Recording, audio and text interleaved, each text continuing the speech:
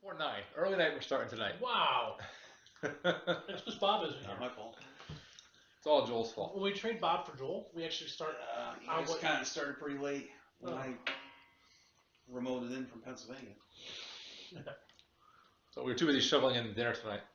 So, all right, Mikey, what was dinner tonight? Dinner tonight was pizza. So easy. Yeah, it needed to be easy. Jen's been so busy. This semester has been ridiculous. And so she's been basically gone out of the house for like 12, 13 hours a day. So Awesome for you. oh, that's great for me, but, you know. Yeah, so dinner tonight was easy because I just went and picked up pizza. Your ears aren't burning. Get the fuck out. Get out. Go do something like useful, like clean the house. Wait, you forgot woman. Yeah. Wait, are your shoes on? Nope, that's right, barefoot. Get the fuck in here. Was she pregnant? Don't say those two words together. I was going to say. No, dude. That's not possible. Go 10 for the youngins. She would have to be here for that to happen. Have a good night, guys. See you later. Good to Bye, see you. here. Cheers, darling. Hey, are you working or what are you doing? You're working? All right. She's down, yeah. She's pregnant. I want to find out that son of a bitch. All right. So when we last left off, you guys had finally you boarded the SSL from Bremerhaven, bound for the U.S., hoping that Anton and Roman were not on there. Into dinner, you recognized that the soup had been laced with the hide serum. You managed to avoid consuming any. You rescued a few people, including the nanny that Jonathan Quirk had previously employed. You set the ship on fire, jumped in a lifeboat. The ship went out. You commandeered a steamer and rammed the ship, sinking it. Most irresponsible boat captain ever. Yeah, let me ask you a question. I mean, what if we didn't do that? Like, how are you going to deal with that? You did it. I'm just curious. Like, I mean, I was like, well, there's a ship. Let's go steal it and sink the other one. So I leave and you guys create an international incident. Okay. You know, and, Mikey, part of it is hoping it works out that way. I have some steering ability with that. And at the end of the day, it's an actual historical event that happened on that date in 1895. You can read about it on Wikipedia. The British rammed and sunk the Germans rammed and sunk a British ship. No, it wasn't a British ship. Yeah, I don't know what the Elbe was a German ship, and it was sunk by the Catherine, which was bound for Aberdeen, Scotland, I think. The link was in the email I sent earlier today. So The Aberdeenians. That's why I didn't see it. Well, shipwrecks Aberdeen. happen. So and I was really happy to be able to actually tie it in, and it tied in. It couldn't have tied in any better. No, it was great. So you returned to Scotland. You took your time. You returned to London. It's at least a month later. All our wounds have healed. So we I'm licked going our home. wounds. Your wounds have healed. You brought Ford back with you. He's been lounging around the lodge. Getting to know the prostitutes. in Good London. job. He comes and goes as he pleases. You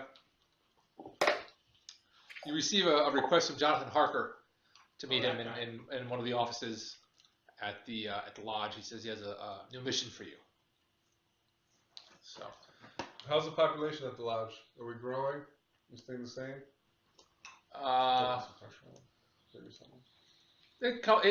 it's all over the place, but you're pretty Has consistent. anybody else had any interesting adventures? It's pretty consistent. Are we- You've gotten some people who had. You recognize that while that your adventure was far above the experience level that you should have seen or had, because they didn't go to. They sent you to the outskirts port where they didn't expect them to go. It was almost like they were keeping you busy, and you stepped up and you surprised the powers that be, and there are actually some veterans there who are really surprised. They're impressed. You're still alive. You got some serious cred, serious street cred. So let's say an important job comes out. What number are we on the list? Your number just came up. What number are we on the list? Your number came up. Everything takes 2 weeks now. We work today. So Harker's waiting for you when you arrive, and with him is come on. Why can't I get the, oh, is it interesting? I can't click there. I just realized you were talking about James Marshall who does all the voices. You should do half the voices he does. So do we. Oh, shut up. And why can't I move? Oh, damn it. Why does the computer suck so much? There we are. With him is her. Is that what she's wearing? That is what she's wearing.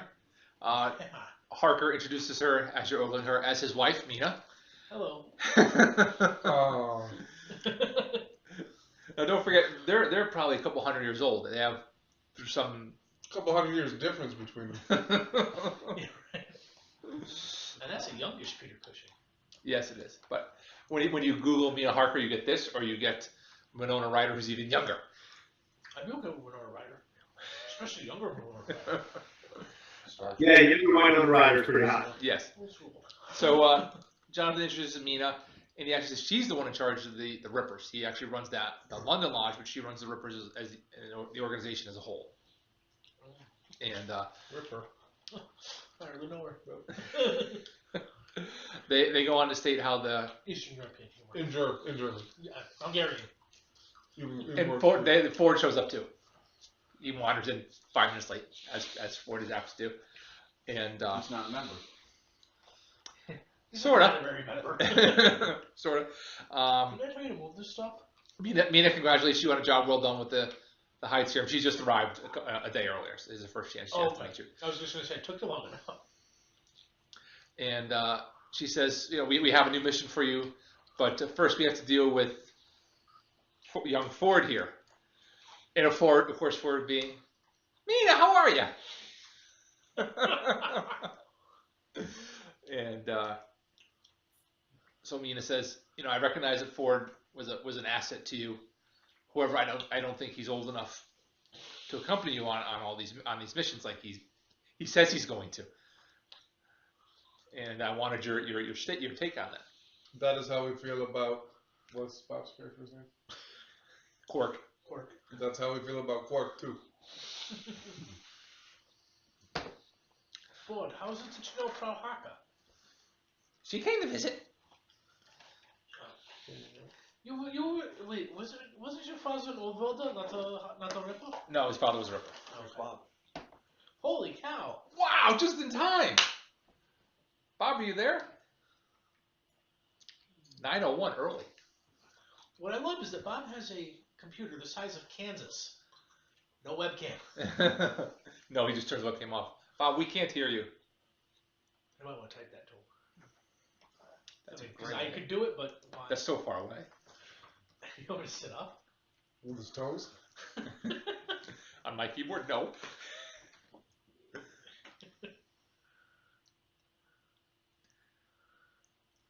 It's amazing how hard this technology is to make work. I know. She said. What did he say?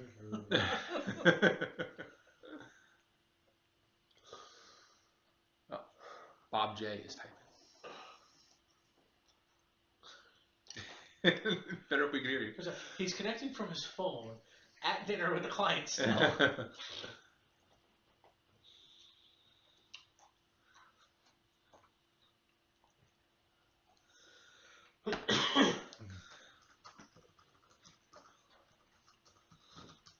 Series of unfortunate events. I haven't watched it. I don't have anything against it. The kids have watched it. They love it. What's My that? wife Is that actually the- loved it. My kids loved it. What's that one? The one with Don Lemons. Draper. Lemon snickerdoodles. Don Draper narrates, and what's his name? Doogie Howser's a big asshole. See, that's not Don Draper. That's Putty. From Seinfeld. watched it. Never watched it. I watched like 3 episodes of Seinfeld. Only one of them was any good. I didn't watch it until Let's go to Arvin's. we were catching the midnight reruns of it. Arvin's We see Bob. What? Hey, can you hear me? We hear Yes. you, and we see you. Holy Excellent. I had it configured to being in the house, so when I'm in the house, I turn everything off. But now things have changed. So welcome. Thanks. For dinner, you missed Thai peanut sauce over spaghetti squash with chicken. Wow, that sounds I'm gonna delicious. send you the recipe because you and Andrew are gonna make it a lot. It could be, yeah, I don't know. Bob, is that what you had for dinner too? Actually, I went out to an Indian place a couple of nights ago over the weekend since I was stuck here over the weekend. So I had some leftover, and I haven't heated it up yet, but chicken sag in sort of a spinach kind of cream sauce, Nice. as well as some baked cauliflower. Gobi, please call Yep, it by the correct. yep, and some rice, and I think that's it. Oh, and some garlic naan, some leftover garlic. Oh, you just sold everybody here. Except it's all, 3 days old now, 2 days old, so yours is way, way better. Bob, I made two spaghetti squash. There was 2 little lunches for Amy left. Oh my I put a whole rotisserie chicken in it. It sounds delicious. So, all right. So just to recap quick. A third of the bottle of sriracha. Recap quick. You're back in London. It's a few weeks later, several weeks later. I'll pick an exact time when I care.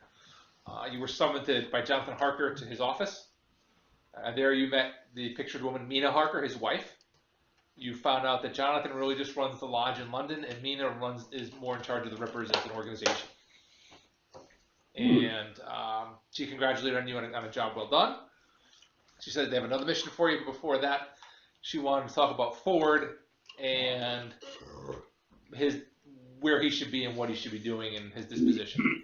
And she wanted your opinion on it because she didn't feel comfortable sending a 14-year-old boy off into the world hunting monsters. He needs to learn sometime. So since you were so, Bob, this is your chance to shine here because I know you were trying to look out for Ford. By 14, I had killed 200 Turks. I don't see. Turkeys? Look, we call them what we. By 14, you vetted 300 women. It's not the same. Listen, Mina, I have serious concerns. He's a young man, 14 years old. I'm not sure that he should be exposed to this kind of lifestyle. Look what's happened to his parents already. He has no one. And to continue this, he may not make it to 15. Listen, I've been a big help for you so far. I was going to say, yeah, I think with our help and our guidance, I think he can do fine. I mean, let's be honest, who does he have right now other than us?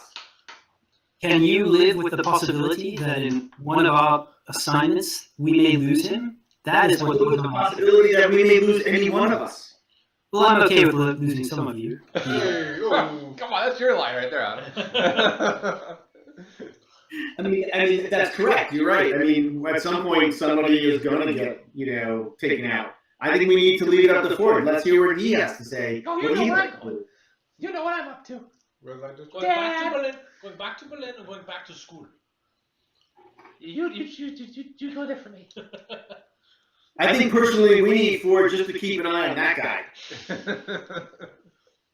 Are we depriving him of an opportunity for schooling? That's something that I never attended, and I certainly wish that I had when I was younger. Perhaps I wouldn't have found myself where I am today. Hey, Bob, I got a streetwise at 12 plus 2. I'm wicked smart. In 1894, most people didn't go to school at 14. This coming from the guy who graduated with like a PhD in archaeology from Yale. True, but my background, my father was a university, dean. So Good point. Yep, he was raised with it. But imagine if your father, the dean, was killed at the age of 14. How differently your life would have gone. I probably wouldn't be here if he was killed at 14. Well, I leave it to the group. I have reservations, though. If we take on this young charge, this is a weighty responsibility. His life is in our hands. My life's in my own hands, Bob. Well, what you do in your bedroom is your own. You don't have to share it with us, folks. He said light, not white in my Listen, hands. I know a lot of lovely women. They've become adorable. Shall we put it to a vote? I'll go with the group. I feel he will learn more with us than he ever learned in school. I mean, if his father didn't get killed, what was his father going to raise him to be? A ripper. We'll never know now, will we? Oh, I was in training. He was trying to complete my training without me going to the dark side. Just had one day left before his retirement. Yeah. Just So instead of becoming a ripper, he was going to become an old worlder on the dark side. Rosicrucian. Prosecution. Rastafarian. I don't know. My vote is for Ford stays with us. Rosicrucian, slightly different. Yeah. I think we can. I think he's very well aware of the dangers and the issues, and I think he's been a huge help to us. And You I guys, can't deny the aid that he's given us. That's and there's nothing that says we can't leave him in the background or he can't stay in the background depending on what the situation is. He's pretty good at doing that to start with. You should go back. And quite honestly, Ford, I as I'm standing here defending you and asking you to be with us, if you ever pull a stunt like that again, where I've got a chance of hooking up with a gorgeous woman, I will kill you dead. Yeah, but what you don't know is that he gave me a 20 spot. 20 GJP? JGP? He gave me 3 JGP. It's really worth nothing. I'll double whatever he offers you, not to do whatever he tells you for the future. Done. Shepard, what say you? I don't care. We felt the same way about Quark. Well, Mina says, fine. I'd like to keep him here for this mission so we can judge and test his skills, see where his abilities lie. This is a recruitment mission anyway, so you shouldn't have much need for his skill set. Oh, stop whining, old lady. I'm all good. Would you please not call me that? You're 5 to 10 times my age. I thought his skill When you're done set talking was yourself, let me- setting distractions and finding diners for seamen. He's got Whoa. a very useful skill set. All right, so Mina goes on to say that one of our most challenging aspects of being rippers is recruiting people, not just adventurer folk like yourselves, but backers. And we have a friend of us, Sir William Banks. He's a wealthy landowner and amateur archaeologist, and we've sent some feelers to him. He's had some interest in our organization, so we need you to go out there and talk to him and tell him a little bit about us and try to recruit him. He's having some friends over for a weekend, and he's extended the invite to you guys. Oh. What do you mean by amateur archaeologist? What was that? What do you mean by amateur archaeologist, Ms. Harker? Well, he has an interest in it. He has no formal training. He's not an archaeologist like a trained archaeologist like yourself or your father were, but he has a fair number of artifacts he's purchased over time. He's done some research. Why did you refer to his father as a past tense? What? What is Is there something you know that you should be telling us? Nothing I know. I just know he's missing. And it's been I my don't think we can trust her. it's been my experience in this world that missing is not a good thing. So, Sounds like we should be going on the recruiting mission, yeah? Bob, I think we just stick around Erling's here father's and- missing. He's Right. Okay, thanks. So, Okay. So we've arranged for a train to take you. The train will take you there. We've arranged for a buggy to transfer you to his estate. You leave tomorrow morning. This should be a diplomatic mission, so you shouldn't need to bring your grappling hook All around. and Gatling guns and. We've seen what happens on diplomatic missions. This is a recruitment effort. We were part of Is this a one day? Is this a one-day meeting, or are we there for the weekend? You are there for the what's weekend. You're there for the weekend. There will be several other guests, and you'll Okay. do your best to recruit him to our cause. All right, then I'm packing everything. Wait, who's missing Harker? No, Bob misunderstood about Mike's. I don't need my Gatling Mike's gun. dad. You what, Jeff? I don't need my Gatling gun. But I'm totally bringing my pistol. Pistolero. Never go anywhere without my baton. Did you upgrade your pistol to one that fires more than 2 shots? Just say well. yes. Just say yes. Yeah, you got it at the last place. Yeah, we did. Actually, before you left, we actually did upgrade the pistol. I think we did. I think you guys did it before you got on I the ship. updated to a pistol a while ago. He upgraded to a pistol with 3 shots. No, he only has 3 bullets in the 6-shooter. Right. He doesn't need Yeah. more than that. He just increased his supply by 50%. I still carry the Derringer anyways. As an interlude, Well, it's like as you travel to the train, I think it's a little big for the Derringer. we had a level up. So let's recap quick what everybody did for the level up. Jeff, Laszlo Farkas increased his shooting and stealth up to D6s. Egon, wow. I think I bumped my healing and my knowledge of cults. No, that can't be right. I was looking at doing skills. I don't remember what they were. Okay. Shepard's waiting for Bob to tell him what to do. Yeah, I can't upgrade on my own. Bob, you didn't upgrade for me. I think I remember, Shepard, you increased a skill last time, maybe agility. And so now, whatever skill you increased last time, whatever attribute you increased last time, you should increase the skills that are tied to that attribute. I increased my agility. How do you remember that? So if you increased your agility last time, then I'm betting that you have I think most of us shooting increased agility last time. and something else that you would want to increase. You can increase 2 skills up accordingly. Like what's your agility and what's your shooting? My agility is 6. My shooting is 6. Oh, your shooting's already maxed out to your agility. How about fighting, Or investigation, notice, My fighting is 6. law keeping? What'd you say? investigation, Or what else? notice. No, nose. Riot suppressing?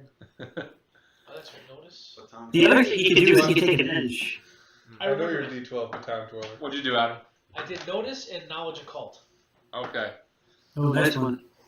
Is that occult or ripper tech? I also have knowledge or protect, which I haven't seen a need to. Good thing you got them. Yeah, and not a need to, but just we haven't come across enough for it to be increased. Sure. But I figure we've seen a couple bad things, so I know some more about the occult. Okay. And I think you'd have a pop with that. Pencil. All right. So you still sorting that out, Joel? Just, you know, it's all good. Yeah. All right. Are you processing it, or are you waiting for more suggestions? No, I'll catch up on that. All right. Erling.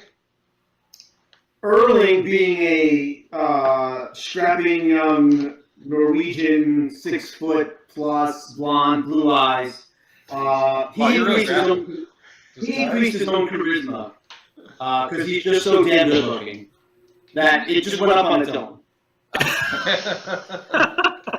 No, I'm just kidding. So I increased my shooting and my throwing attributes that I tied to my agility, which I upgraded last time to a D8.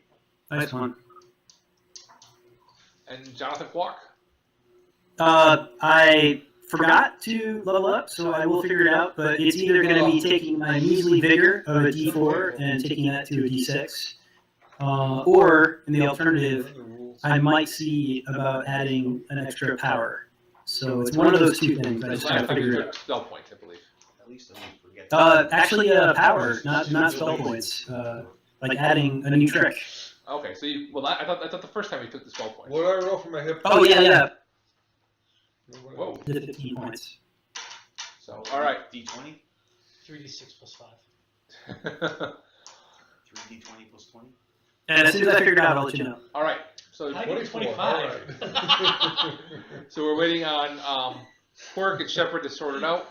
It's a pretty bland train ride. What? It's like a 3-hour ride Where are we going? north. North? No, actually, you're heading south. It's a little warmer there because the pictures I have green. Isn't that close to the English Channel? Southampton? Well, yeah, we're heading towards Sure. the channel. Sure. A 3-hour tour? Yes, on the train. You get about an hour and a half Nothing. out. You're sitting in the bar car because that's where you guys sit. Who? I assume you're sitting like at a table facing each other. Who has the window seats? I have a firm view of the bar, whether it's by the window or not. Okay, you have a window seat. Who else? Who's the other one? Ford. Well, I'll sit across from him. Ford stay behind. I need to find somebody who's almost my age. I got a window seat. Okay, so Erling and Laszlo are facing each other on the seat, What's that? and there's a knock on the window From the outside of the train. as the train is moving along. There's a man on the wing of this train. Pulling the train apart. No, it's Do we recognize him as Ford? yeah. You wouldn't be left behind. I open the window, How is he? I push him off, and I say, "No ticket." Ticket. Ticket.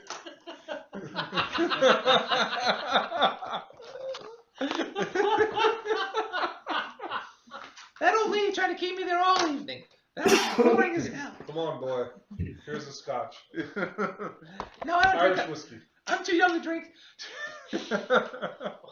Oh, in that case, we'll look for the. Although it was pretty cold on the roof of the train. Were they drinking water in the 1890s? I don't know. Or were they still drinking They were probably drinking near beer. lightly brewed Yeah, like near beer. substances? It was probably all cholera in London back in the 1890s. Yeah. I don't think they drink I don't water. think the germ theory disease has been. You have the seconds. They would brew beer, Yeah, the seconds. and then the Small leftovers they would Tea. It's called small beer. small beer. Yeah, they still do that in like Russia and stuff. It's like Buckler. It's like the Buckler. That's not that bad. That's like 0.5%. It's better. Oh, beer, yeah. and then near beer. So Ford is apparently the. I'm leaving that old lady behind. I can't stand her. I grab him by the scruff of his neck and pull him into the. I'm happy to see you too. Let us celebrate. All right, rounds on Laszlo. I'll have a grape knee high. Who gets that reference? Sounds familiar. Yeah, I got it. You got it. What's it from? Radar from Nash would always order a grape knee high. Oh, When they go to the bar, Radar would always order a grape kney high. That was stretching it. Now we're gonna every time you say Ford, we're gonna think of radar. You did that Oh as my a gosh, yes. picture now because we never had a picture in our head of Ford. Oh, and Ford changed the plates on that truck. On that Jeep. Ford is Bob the Skull, but we already had that conversation. So I don't normally deviate very often, but do you guys have Netflix? Yes. What's Netflix? You know there's a new Bill Nye show? Wait, like Bill Nye Saves the World or something like that? Yeah, Bill Nye Saves the World, exactly. Yeah, I've heard of it. It's good? Yeah. Yeah, I watched the first 2 episodes last night. Cool. Thumbs up? Yeah, definitely. Oh. Good to know. Alrighty. So you arrive at the train It's station. not for kids, it's definitely a grown-up show. Oh, okay. I tried watching with the boys, and it was like they had the round table there with the 3 people, and it's like, okay, this is way over their head. Yeah, that's what I said. And he says in the first episode, this isn't a kid's show, this is the adults version.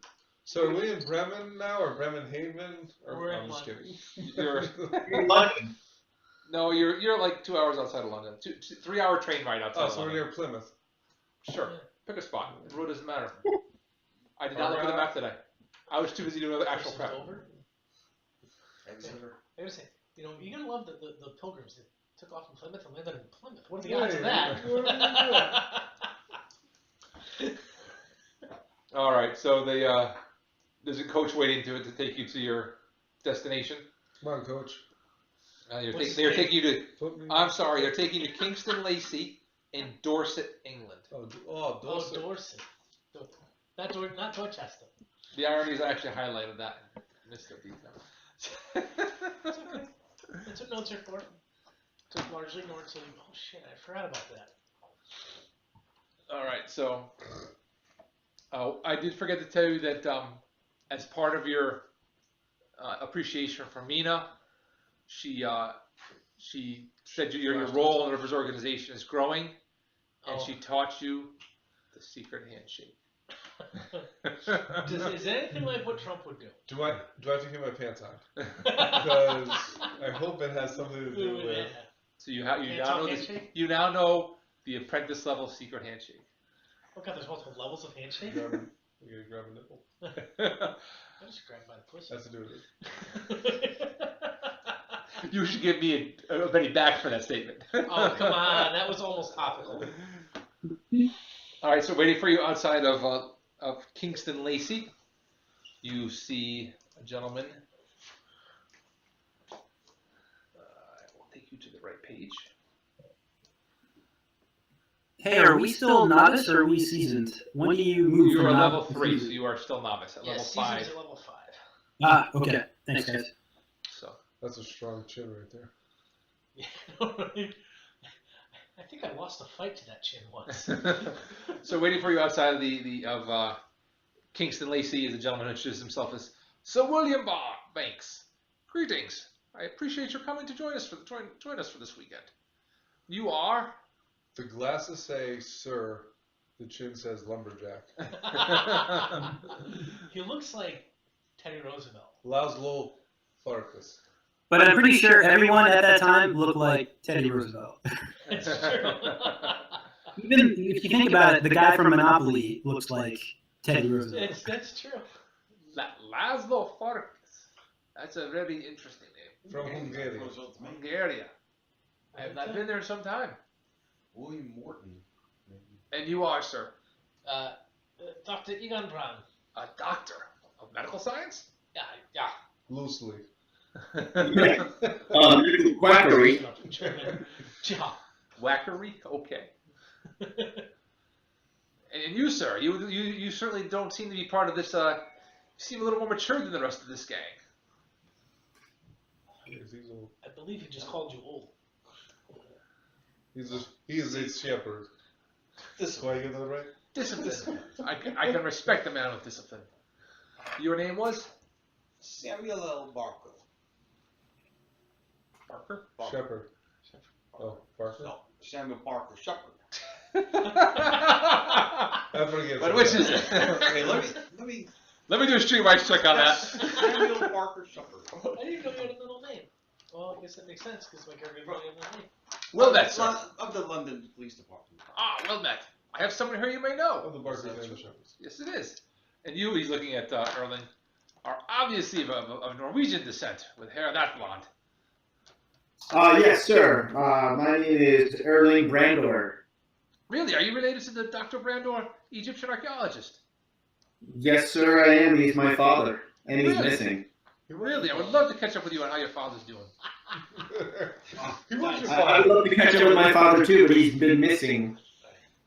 He's disappeared several months ago, and no one knows where he is. I would like to speak more with you about this, because I've heard other distressing things from that region.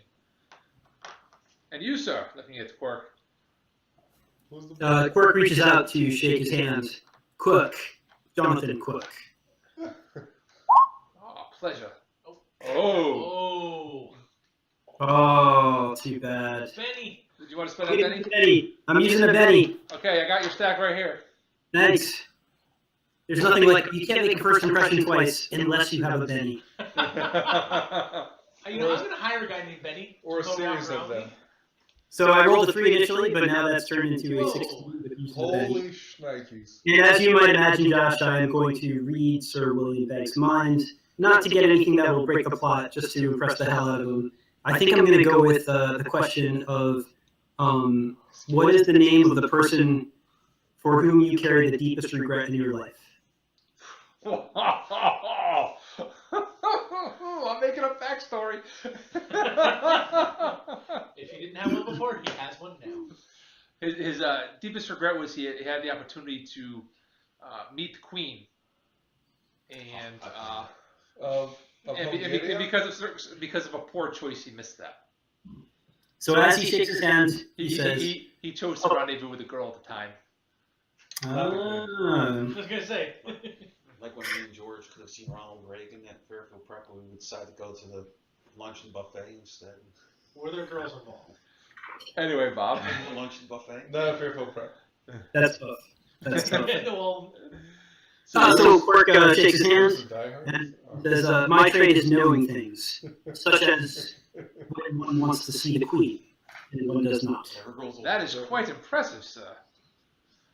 And I assume the boy is just your luggage handler. So just tell him to put your stuff upstairs. There'll be one of my staff will arrange where it goes. You heard the man. He gives you You a heard the look. man, Ford. He gives you a look. Even your heart skips a beat. One heart. I step in and say he's not our luggage handler, he's our apprentice. Your apprentice, really? Well, Yes, then, sir. my sincerest apologies, young man. Are you studying something in particular with this crew, or are you just along for the ride right now? Ford, This You is can one- talk to yourself. It's fine. This is a one-man show. This is great. Keep going. the only problem with it is I have the one-on-one conversation with myself. But at least the conversation never surprises him. He always knows where it's going. No, What I was don't. your arguing with each other? I've done that too. I'm just- Take them off the stairs. I'm gonna do too. I learned all kinds of interesting stuff. Lazo is teaching me how to drink. The doctor is teaching me how to cut people open. Shepard, he's got dour down like there's no tomorrow. Didn't say dour. Erling, oh, the women flock to him. And Court, you should see that man. I'm picking up all kinds of tips on how to read people. Yes, I am. Yeah, it's important. Well, that's really interesting, young man. Well, welcome to my home. Please make yourselves at home. Right now, we're gonna go back to the main house. I'll introduce you to my other guests. Dinner will be in a couple hours, but anytime feel free to wander the grounds. We have a lovely sunken garden. We have a hedge maze over there. At the center is one of my greatest archaeological finds. I have an obelisk that was brought all the way from Egypt here. So. What are you smirking about? You said obelisk. It pertains to my podcast. Oh. It's an inside joke that nobody else here gets. I'm sorry. Keep it inside. Try. I did the best. Yes, it's for sidetracking. If you are interested in a good 7-episode podcast, S-Town involves a hedge maze, and It's it's impossible really to say right, I think. What, a hedge maze? Hedge maze. Hedge maze? Hedge maze. Hedge maze. all right. That's it. Sorry for this. Sorry Oh, for you this. totally busted the plot there, man. I'm all done. That's it. I'm Because out we of thought that somebody was boasting about a murder, and Well, you mentioned that an acquaintance of mine was here. No, somebody you might know. We have another officer here, Oh, so he takes you up to the main house, Any Hungarians on the room? and I actually have Alamo. no other real people. LLZ? Up to the house?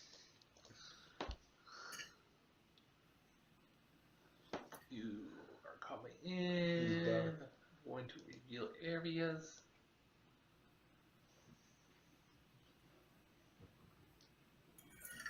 Come in.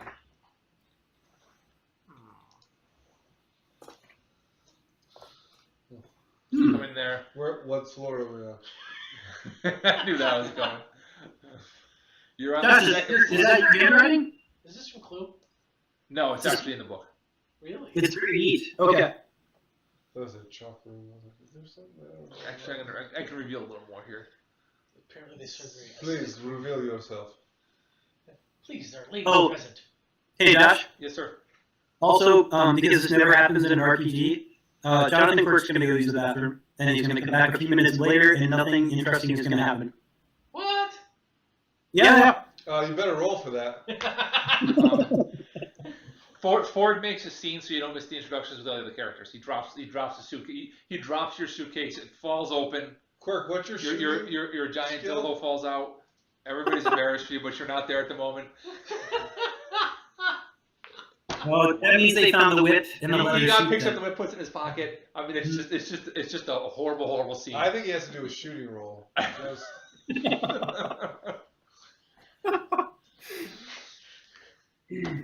Horrible tonight. I can't believe you said dildo. I don't know what happened. I don't care over me. it's an Have another ancient drink, Egyptian It's an Obelisk. obelisk. It's an obelisk with a rounded tip. phallic symbol. It's a valid symbol. God of fertility. wasn't he a hobbit? It fits snugly in your What? suitcase. What? Wasn't he a hobbit? Oh. Bilbo? Oh. So he Oh God. takes you into the drawing room where there are several individuals. And I'm going to cut back to the other page because I have pictures for all of them. took the longest time of anything to at least take the pictures. You show us the women. We're not interested in the men. There are no women. Ah. I just found. All right. Have a good night, guys. I'm out of here. God, that was a lot of work for a joke. Another black girl in London. All right. So he is Where are we? so first we're gonna do. So first this is God, why is it not sound right? What's the name of the place we're at? Dorset. You can zoom out because there's gonna be like 6 pictures on the He screen. looks very similar to my character, just for the record. Seriously? Beanie? Gentlemen, this is Enrico Gambosini. Is he Scottish? Hello, I am from Italy. Palazzo? Nice to meet you. Enrico? It's Enrico Palazzo. He's the home plate umpire. Yeah. Why are I am here to look at the art? Why are you here? We The have to tapestries? look at the tapestries.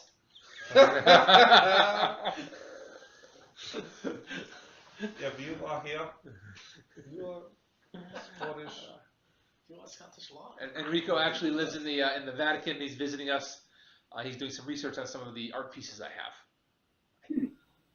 So, Mr. Shepard, you might actually know Maxwell Puget over here, and he is a police officer from this area. But I thought you might have something in common with him. So here's somebody who you really wouldn't know at all. Well, you would have funny hat. That is not the one I sent you earlier. So Do I know? no, you don't. I don't know. Oh. But don't you know every police officer in the whole British Isles? No? Okay. Yeah, just like Mikey knows everybody from Texas now. I've got a friend from oh god, I just ruined my own joke. How, He still knows almost every EMT and paramedic in Connecticut, though. So there's that. except for the new ones. He introduces himself as Maxwell Puget. He's a police officer. He's just there as a. Is he in uniform? No, he's not in uniform. Okay. He's That's why he wears off duty. That's his off duty. It was easy for me to pick that up so you remember he was a police officer. Yeah. He's just visiting at the as a weekend away as a treat from a friend, just to come out and see the sunken gardens and hang out and Sort of relax. fight. The obelisk. That's what it sounds like. Over here we have Jonathan Jellicoe. Piano party right here. He, A lot of sausage. he's Millard Fillmore. a politician in London. You may have heard of him. P.T. Barnum. No, that's Jonathan Jellicoe. Isn't he the one that got caught? No, I'm just kidding. Caught in that sexual scandal thing? Not yet. Those of you who The actually, weekend is still young. Mikey read what I said to read. What? Yes. Kiss ass. Didn't have time. You sent it out too late. The Jellicoe. Tell Picard to board the damn ship. Wasn't that Jellicoe? I don't know. Jellicoe was the captain of the. He had 2 roles. All right, over here we have Armstrong What's his name from Prothero. Rockstar? He's a retired Army officer. Hello, gentlemen. It's a pleasure to meet you. Sir Wilford Brimley. Your beard is magnificent, sir. Well, thank you very That's a lot of much. Sugar. I take great pride in it. My You know, God. I remember you. Is that you, Shepard? India. Yes. Right. Yes. Oh, How are you? just jolly. How are you? Oh, fantastic. Retirement has really agreed with me. I still can't believe it that you retired. Yes, well, we all have our price. Shepard, do you know this guy? Oh, he No, was. I just read his tag. The tag in the This man was one of the finest. When we were protecting the Queen in India together for a while. Yes. Before those bastards drove us out. The stories I can tell you about your friend, Mr. Shepard. Stories I can tell you about myself. You're too modest. Jolly good time. You're too modest. Perhaps after dinner. Absolutely. A few drinks will loosen the lips and we'll have a story time. We should like to hear a few stories of Mr. Shepard. He's a bit of an enigma to all of us. In fact, it seems as if in the past 2 months he hasn't been here at all.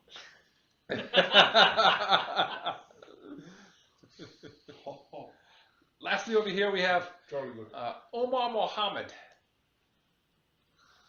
Hello, how are you? It is a pleasure to meet you all. He's Pakistani.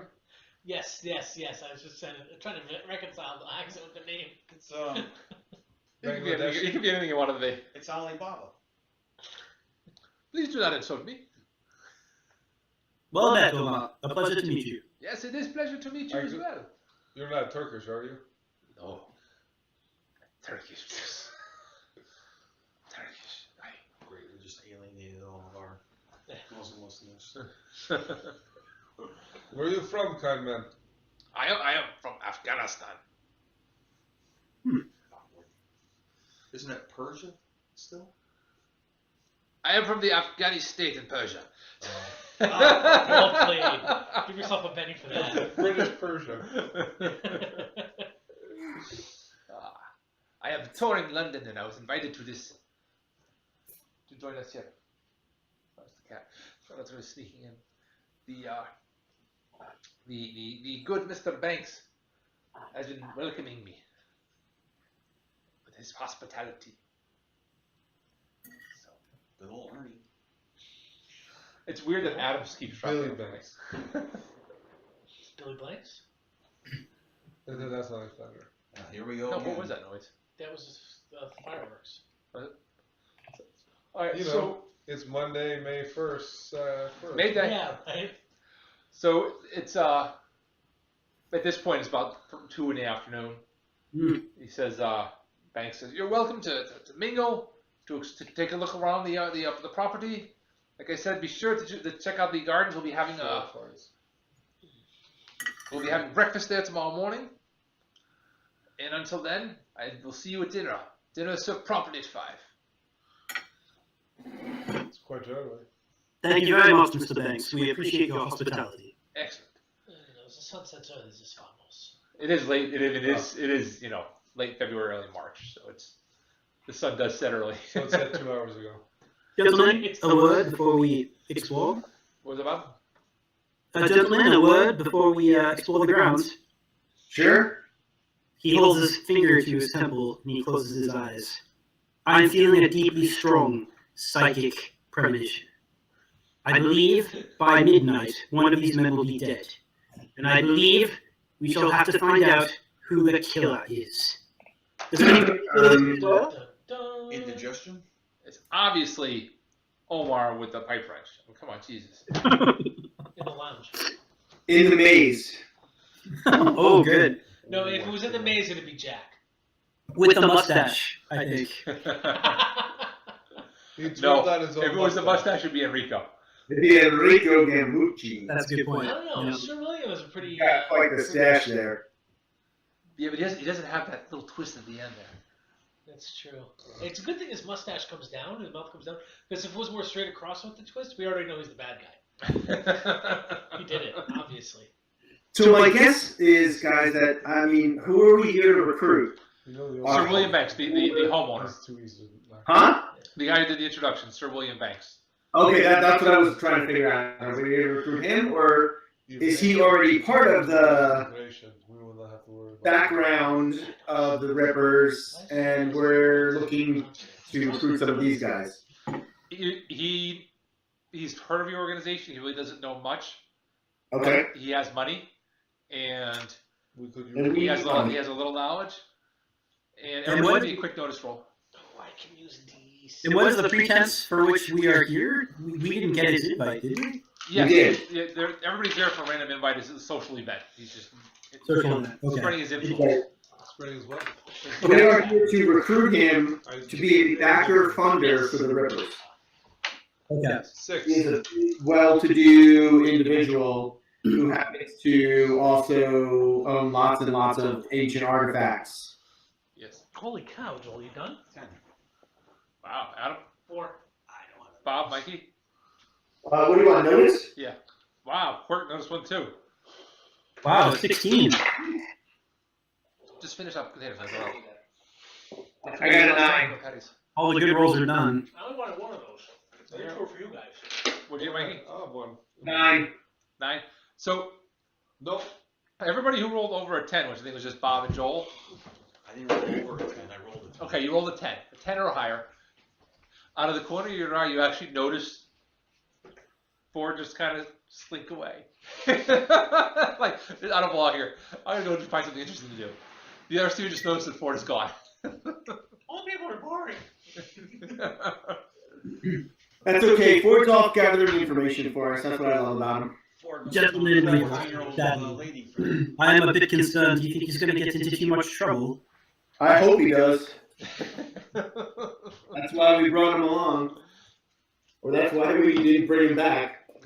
So we leave him to his own devices and trust that he'll return to us in one piece. I'm sure he'll be fine. At some point. It's not like you're going to find him. The guy was hiding top of a train to catch up with you. That's true. Yeah. I'm sure he'll be fine on his own. I just couldn't resist not putting that picture in your head.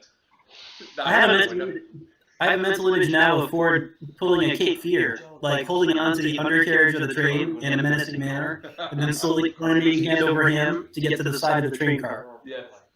Jellicoe was the captain. Was that for the first half of the two-parter? Jellicoe was the captain In the two part. in the two-part chain of command, but wasn't he also the captain in the one where the Cardassians, when they first introduced the Cardassians, where O'Brien saved the day? That's what I was just saying. Well, that's an old one. That could be Jellicoe, both of them. It wasn't Jellicoe, it was the same actor, I think. All right, back to game night, not Star Trek. Yeah, you're the one that keeps picking these Star Trek names. I'm reading it out of the book. Jeff, I'll take a water, please. I got you. So, what do you guys do for the couple hours of the afternoon before dinner? Your rooms are upstairs. He says you're welcome to go settle in quick. I check out the I think it makes sense to get a good lay of the land and understand the layout of the house, the property, in case we need to, you never know. Quirk could be right. I mean, I hate to admit it, but it is possible. I mean, our luck has not been that great about people not dying around us. No, it's not. Geez, you guys know everything. All right. So, I mean, granted, most of it was at our own doing, but still. Yeah, I was just saying, a lot of it was just we killed them, but. so there is the property. I was going to scroll so you guys can actually see it. You are given view of the ground floor, That helped. and I might as well show you the upstairs as well, where your bedrooms are. I pace off the outside of the house, and then the inside of the house. So you guys get to share all the rooms that are labeled BR, BR, BR. Bedroom, bedroom, bedroom. Bathroom. We're sharing on the There's one bathroom. So shouldn't those be WCs? Water closet? You're just being a pain in my ass now. Bob, how are your leftovers? Or would be an outside privy. It's not an outhouse, so just leave it at that. Like the I don't. Justin house. Oh, there it is. Okay. Necessary. At what house? The historic. Oh, okay. Necessary. All right, so you guys settle in. Where's my laser? Where's my laser point? Oh, there's the stables. Let's go take a Top ride. left bedroom. Who's taking that? Sure. That's closest to the exit, by the way. Oh, there's two stairs. I'll do that one. Is that one the one below it? I'm happy to take the one below it, sure. All right, and then the ones below the stairs. I'll take that one. I have And to sleep under the stairs? across the hall, Harry Potter. the one to the left, the one on top to the left of the bathroom. You know, I'll take that one. Okay, then the one below that is Shepard. Well, I mean, it's Laszlo. I meant Laszlo. okay. I misspoke. Apparently, Ford is either That was over there the by. at the end of game night. Ford is below Jellicoe or wherever he sleeps. Ford sleeps in the stables. Yeah, we're not gonna let Ford sleep over there by himself. He can either crash in my room on the floor or whatever. Are there any house wait staff, servants? Do we see any females at all? It seems to be all men. There are a couple of servants, ladies in waiting. There's a butler, a maid, a couple of. You assume there's some cooking staff because dinner smells amazing already. Thanks, a single gentleman. Is he married? No, at least you don't think he is. Hmm. You have nothing showing that he is. On the grounds. The How staff. interested is he in Ford? Wait, he's Catholic? What was that, Mikey? Does the staff live on the grounds or no? You don't know. You only Okay. see what's in the main house. So I think we need to check out the stable garages and Maze? the maze for sure. It'll be too dark to do the maze at the rate you're going, but you can certainly go to the stables and the garages to start. Maybe we should all split up and check some. I don't know about you, but the maze sounds fascinating. I'd love to see that before it's dark. Wait till it's dark though. Oh, yeah, of course. But it's late afternoon. It gets dark fast. So It's summertime. No. It's- it's early March at best.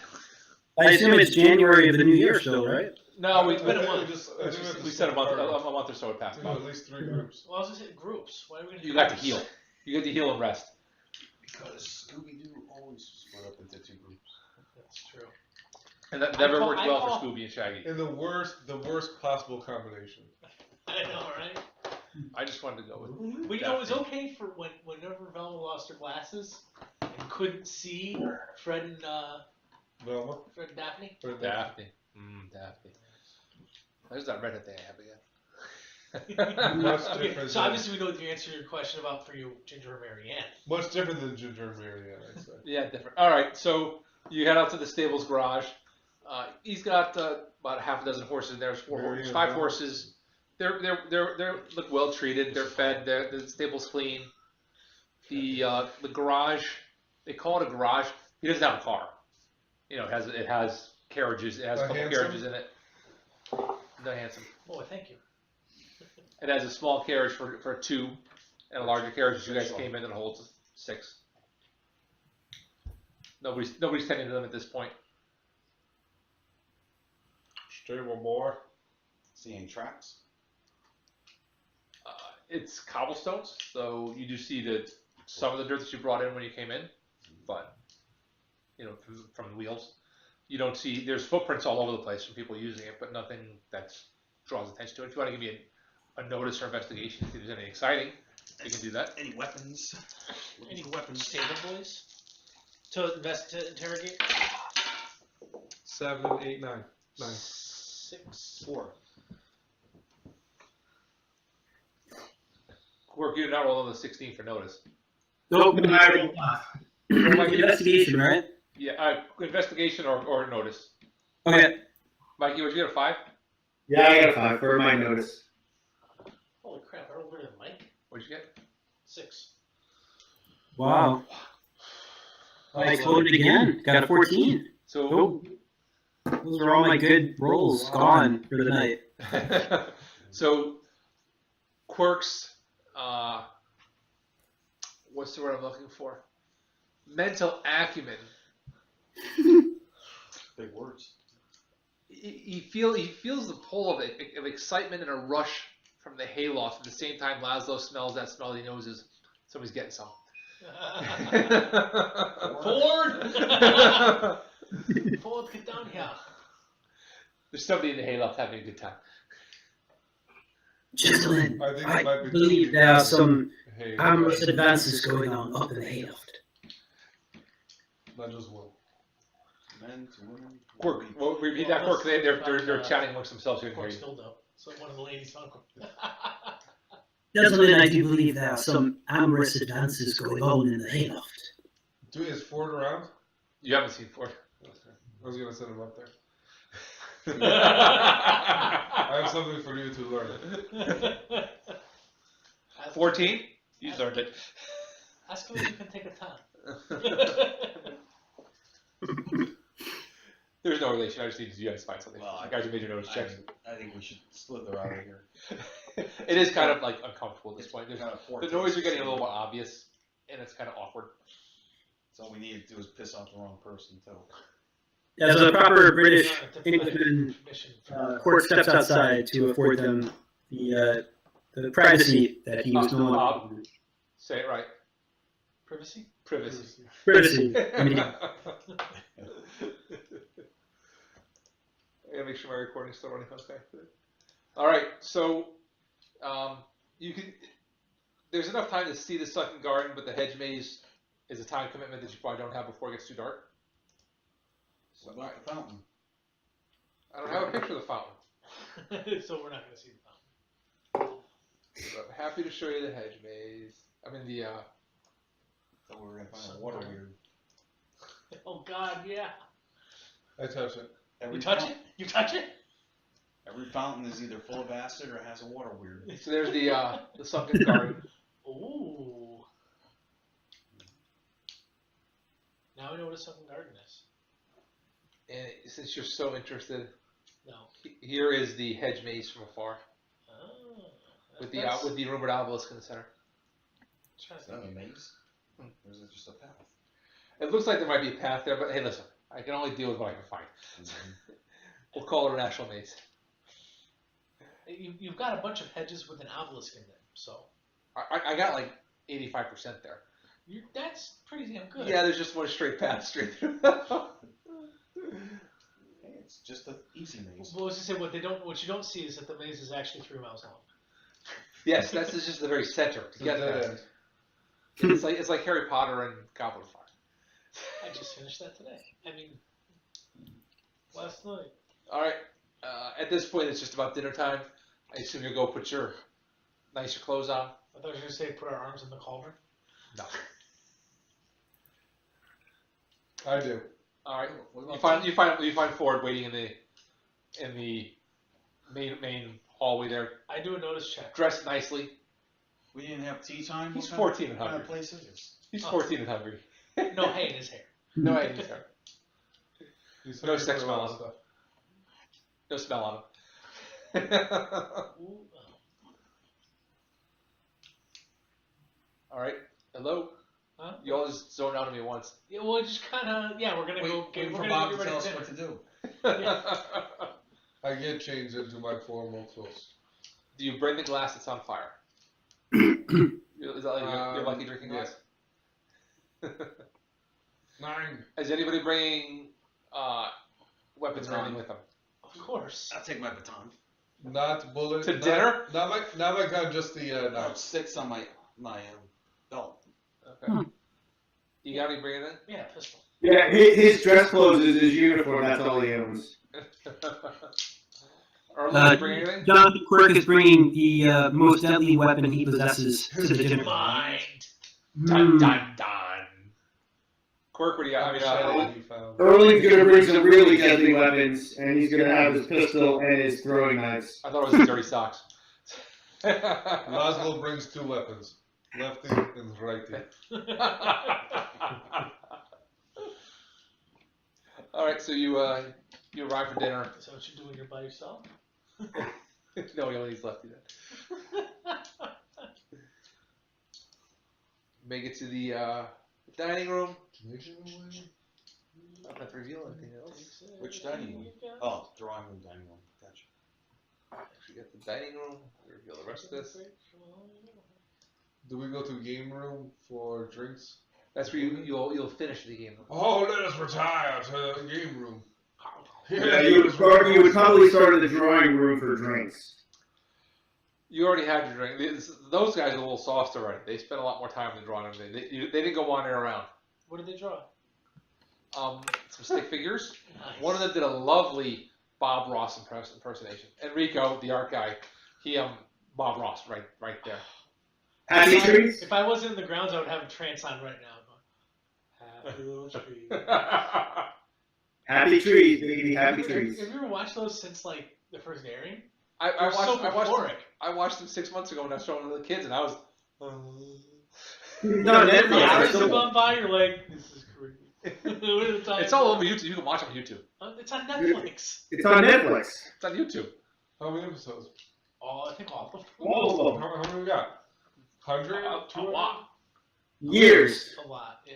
Okay, I'm gonna digress for 1 second. The afro, he got a perm, so he wouldn't have to pay money to get his hair taken care of for like months, Yeah. and then it became identified with that, and he got stuck with it. Yeah. I've read way too much. You know what he did before he started painting, right? He was in the Air Force. He was a drill sergeant. Yeah. That's right. He said he was happy to never have to yell again. And he was great at it. All right, so dinner comes. It's it's better than what you get at the lodge.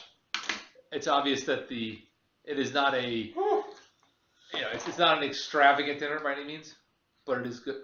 What do you gonna distract us again? There's 31 seasons of Joy of Painting for a total of 403 episodes.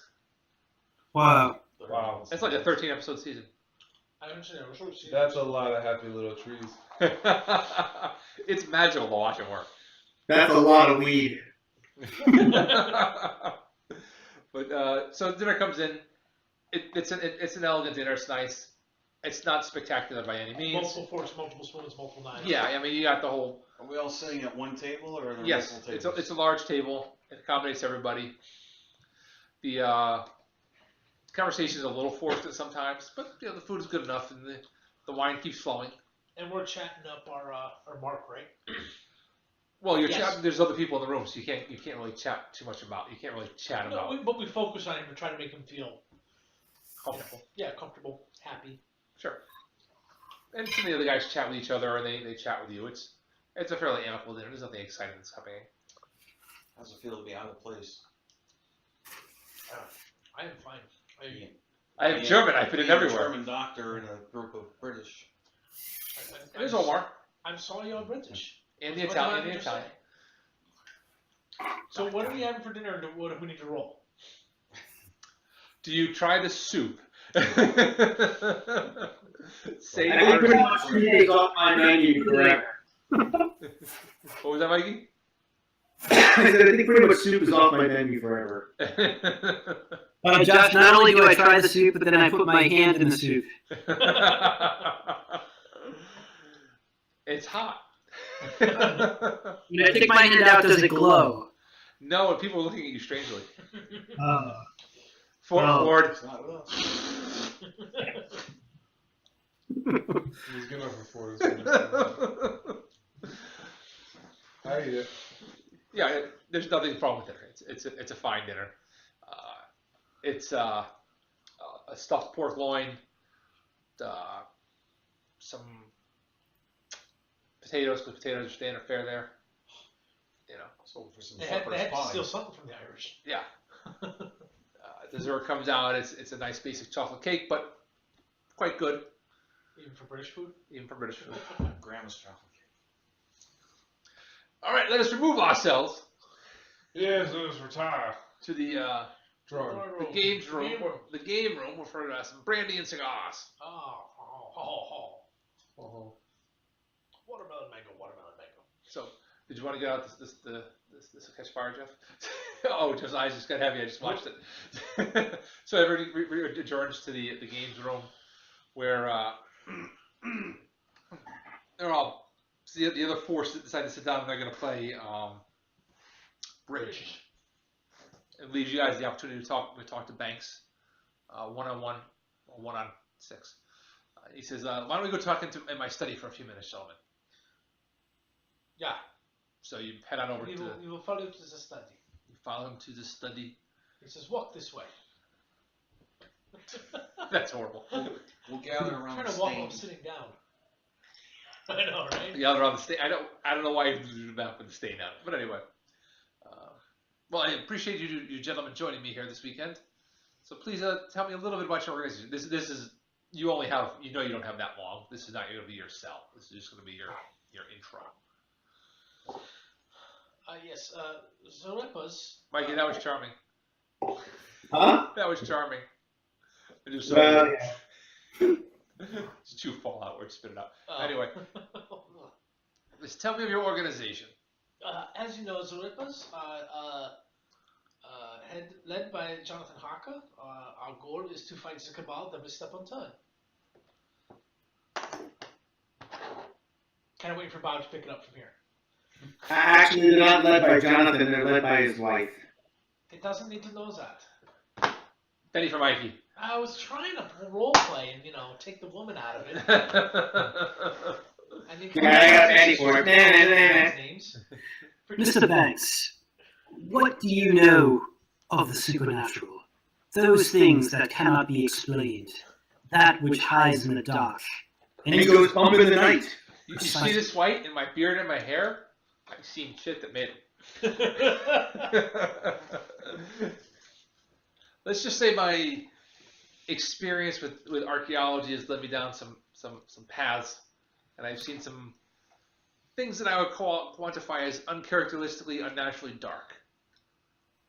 I thought as much. You appear to be a man wise in the ways of the world. So And surely then you must know that where darkness lies, there must be things to fight against that darkness. I can appreciate that for what it is. These then are the Rippers, an organization pledged to prevent harm of the innocent and to protect them from those things that travel in the night. Whatever sounds cool right there. Yes. So tell me of your how you have become part of the Rippers and any exploits that I may have heard of that would be of note. My own story is a sad one. My wife and my young child were I both could be right back. I don't need to hear this again. 350 years ago, by a cloud destroyed by goblins. My wife and young child, tragically taken by a creature of the night that fed upon them first. It was the saddest thing, and still my heart is not yet healed from the tragedy of it. I vowed then and there to find a group that would help me stop such things from happening again. That is my story. I see. Have you done anything of note? Well, most recently, yes. Really? Yes. What would that be? Have you ever heard of a ship called the Ella? Is that not the ship that sank just last month? Yes, that would be the ship that sank last month. What a terrible tragedy! Another ship rammed it. Why? I don't understand. From what I heard, the LB even fired off the fireworks to let people know they were out there. Quirk is like, what are you doing? Wait, no. Oh, that's okay. Yeah, we were actually on that ship traveling back. Originally going to be traveling to the U.S. When that ship was brutally attacked by that cargo ship. I want to interrupt you for 1 second, Bob. Mm-hmm. Do you care to read his mind to see what he thinks of this as you're going? Okay, yeah, sure. Well, hang on. I'm a little worried because if I fail the roll, how many bennies do I have left? 2? Yes, 3, because you were good with your accent last time. Okay, I just don't want him to know that I'm reading his mind. So I'll give it a shot. I've got enough bennies that I hopefully will keep him from boasting. 11. 11. Yo. So he's very interested in what Mikey's saying, and what Erling is saying. Sorry. So please continue on, Erling. Okay. You were on the ship. It was We were attacked. on the ship at dinner, and the first course of soup was served. So you'll understand why I chose not to eat my soup when I finish this story. When the people or the passengers of the ship all started to become crazed at the eating of the soup, and we happened to not eat our food yet. So while this was going on, the ship caught fire from all the Hold on. Quirk, he's half disbelieving, half not wanting. He's part disbelieving, part not wanting to accept what he's hearing, part intrigued. He's a whole jumble of emotions about this. You don't know if that's a good or bad thing. Every word he is saying, sir, is the absolute truth before God himself. Go ahead, Mikey. Sorry. No, that's okay. So we managed to get ourselves out of there as the crazed passengers were starting to attack everything and each other, and managed to get to a lifeboat. And as we managed to get a group of folks into the lifeboat and get the lifeboat down, we saw the other ship basically, in the storm. Either nobody was at the helm, or the person at the helm didn't see what was going on and just plowed right into the ship. We circled our lifeboat back around, but by that time there was nobody left to pick up. I have to say, it was a terrible tragedy, but there was a good thing that had happened. See, we were following a man who, by night, would murder at least one person every night. And he turned a ship. Complete appalled. And he turned a ship of 300 people into monsters just like himself. How could he do such a thing? He had a formula, a serum, a potion, which he dropped into the soup for some reason or another. We don't know.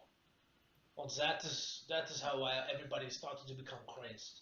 These are the kind of The reason he did that is because he knew we were on the ship and we were chasing him. Perhaps. But he's dead at the bottom of the North Sea, so we will never know. Right.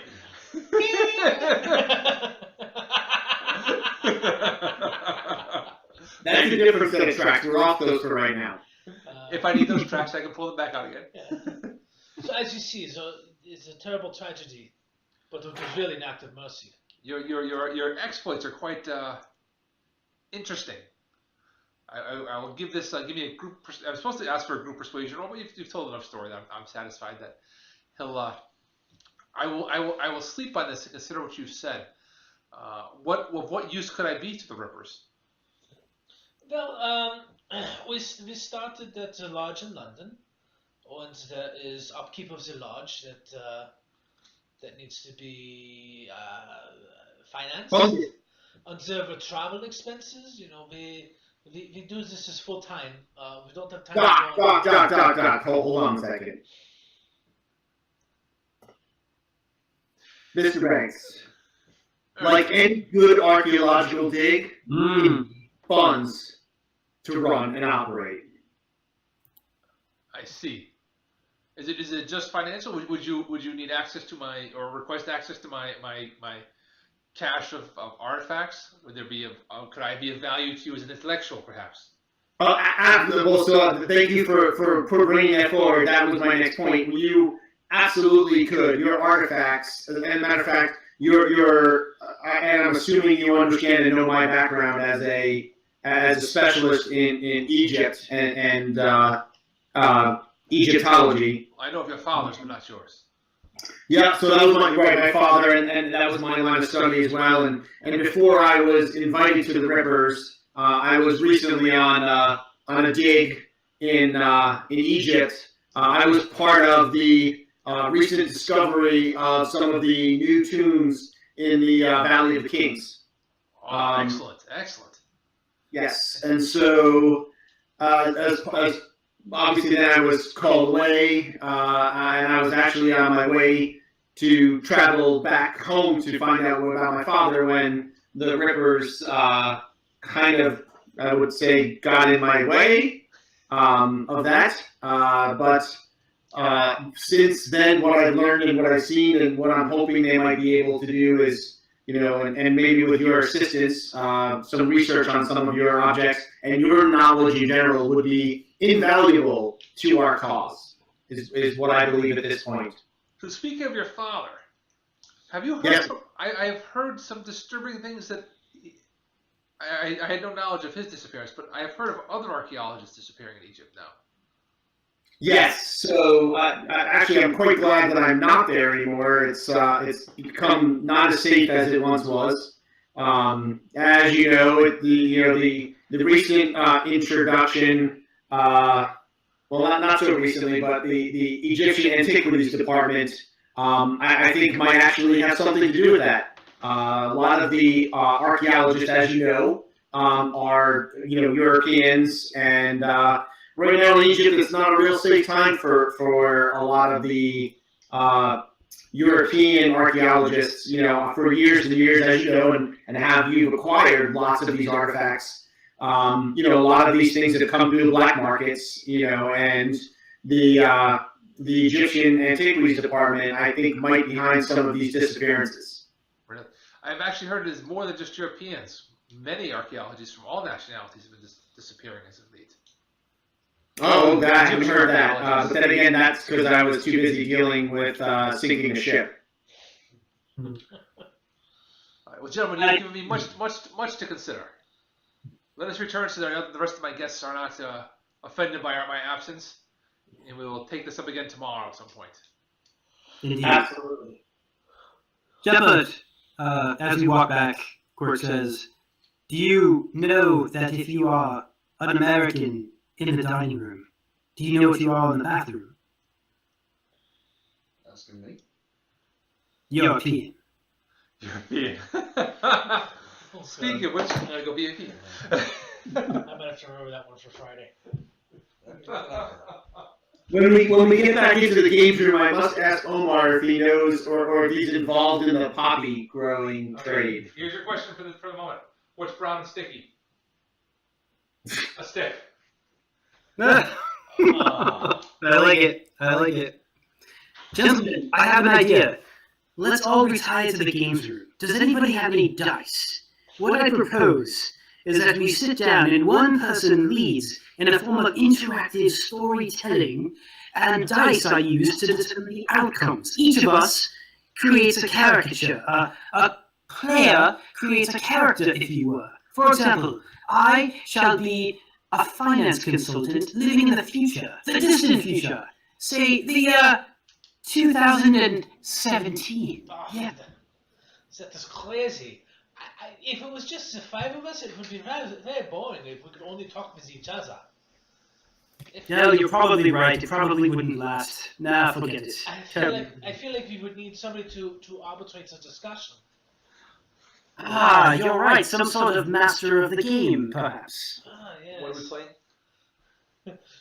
Bob's saying that we should retire to the games room and use dice to somehow pretend to, draw characters and create an interactive story together. A future character. Exactly, yes. And Erling Cork would be a finance consultant in the year 2017. Finance consultant. Yeah. Yeah, sure. We know. That's Cork's secret agent. Right? There's a reason he's early tonight. He finished his mission early. Year 2017, I think my character would be not only good looking, but filthy, stinking rich. Done. 0 for 2, Mike. Well, you got a 25-year-old wife, so that's pretty good. Yeah, we know. 5, like 5 years ago. I just always call her 25. 7 years ago. Is she 30 yet? Yes. It was so much better when she was 25. And it's not because she was any different, it's just because it was, 25. you had a 25-year-old wife. Girlfriend, sorry. Common law wife, whatever you want to call it. All right. Pretty much. You return to the games room. The night goes on. And about an hour later, you return cigars, brandy, usual. Chips, dips, chains, whips. No Party. no whips, just chains. Cigars, brandy, relaxing, as gentlemen do in that age. Banks retires. And when somebody puts a cookie on the floor, though, I'm out. I have no idea what that reference is. Don't worry about it. You don't know. Banks retires fairly early. The rest of the crowd drifts off pretty quickly as well. I assume you guys go back to your rooms. Some of us have already drifted off. Yeah, do we have an opportunity to find out what does Omar do again? Did you miss him?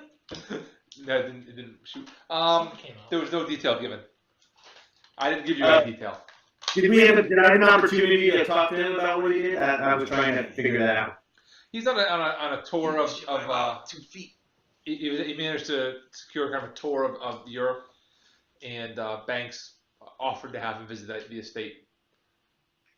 He has some vague archaeology information, some vague archaeology interest, but really he's almost like a tourist, and this is just kind of a status thing for Banks to have somebody from the Persian Empire visiting him. Okay. So the night passes and nobody dies. Nobody sneaks Dun, into the dun, rooms dun. from below. No snakes coming down Below the floors. four There's no posters. snakes, there's no demons, there's no monsters, there's no... Lightning. That's just the plastic wrap. Yeah, I thought it was raining or something. Absolutely nothing exciting happens overnight. You get a good night's sleep. You wake up, other than the taste of cigar in your mouth, you feel great. What is this? I thought we were playing Savage Worlds. Is this not Ripper's Resurrected? Grandpa, you're reading it wrong. Gentlemen, my apologies. I just had this horrible premonition. I see now that I was totally incorrect. What's your premonition? Well, I just assumed that I had this feeling that one of the 6 men that we were introduced to would mysteriously die under mysterious circumstances, and we would be tasked with finding the killer, thus earning the gratitude of Mr. Banks and securing his pledge of assistance in supporting the Rippers. But I see now I am entirely mistaken in my premonition. In the Forgive- immortal world, in the immortal words of Jack Palance, they ain't over yet. Yeah, we still have another night. Now I see we shall have a calm and peaceful evening where he shall pledge his support, and then we shall travel back uneventfully, and I, for one, am quite glad of it. It'll be the most boring RPG session ever. 20 minutes to order breakfast. Something where any real waitress would have just walked away. Server. Morning comes. Breakfast is served. Nothing exciting. The group breaks up. Banks and Omar have a series of meetings. You find out that Omar is trying to borrow and get in to see some of Banks's artifacts for some research purposes. Enrico Gambusini, I just like saying the name, spends the morning examining the paintings around the house.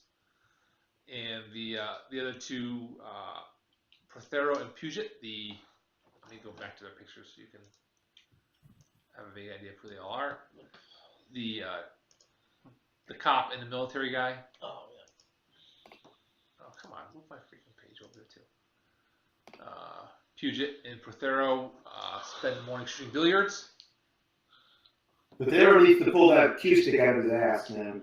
And Jellicoe spends the morning following you guys around, asking about who you are and what you're doing there and why. So how did you guys get invited here?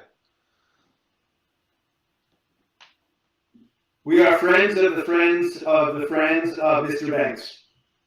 Really? He's Yes. my cousin's sister's brother. What What does it make us? But there is no relation between us. I see. So, where were you guys? Have you guys seen the grounds yet?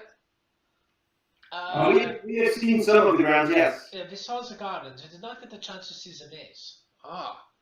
You want to go look at that together? Because I haven't gotten on there yet either. You Yeah. may want to check out that hill, the one that's a mile up that way, Oh, and check out that tree. You climb to the top of it. It's a fantastic view at the top of that tree, yeah. You would love it. Really, but I would much rather speak with you, gentlemen. It's not to be missed. You should go. Mr. Shepard, you've been introduced as a police officer. Retired. Where did you serve? In London. Really, I spent a little time in London as well. God, didn't I bash your head in once? So we heard. Not here, and not here. So right here. I don't remember that ever happening, so probably not. Maybe it was a gentleman who looked like me. Well, Yeah, if is you Ford bash with your us? head in, you might also be able to remember. That is true. Whatever happened to Ford? Did he take off again? Ford did it out. He just kind of is, He's being Ford.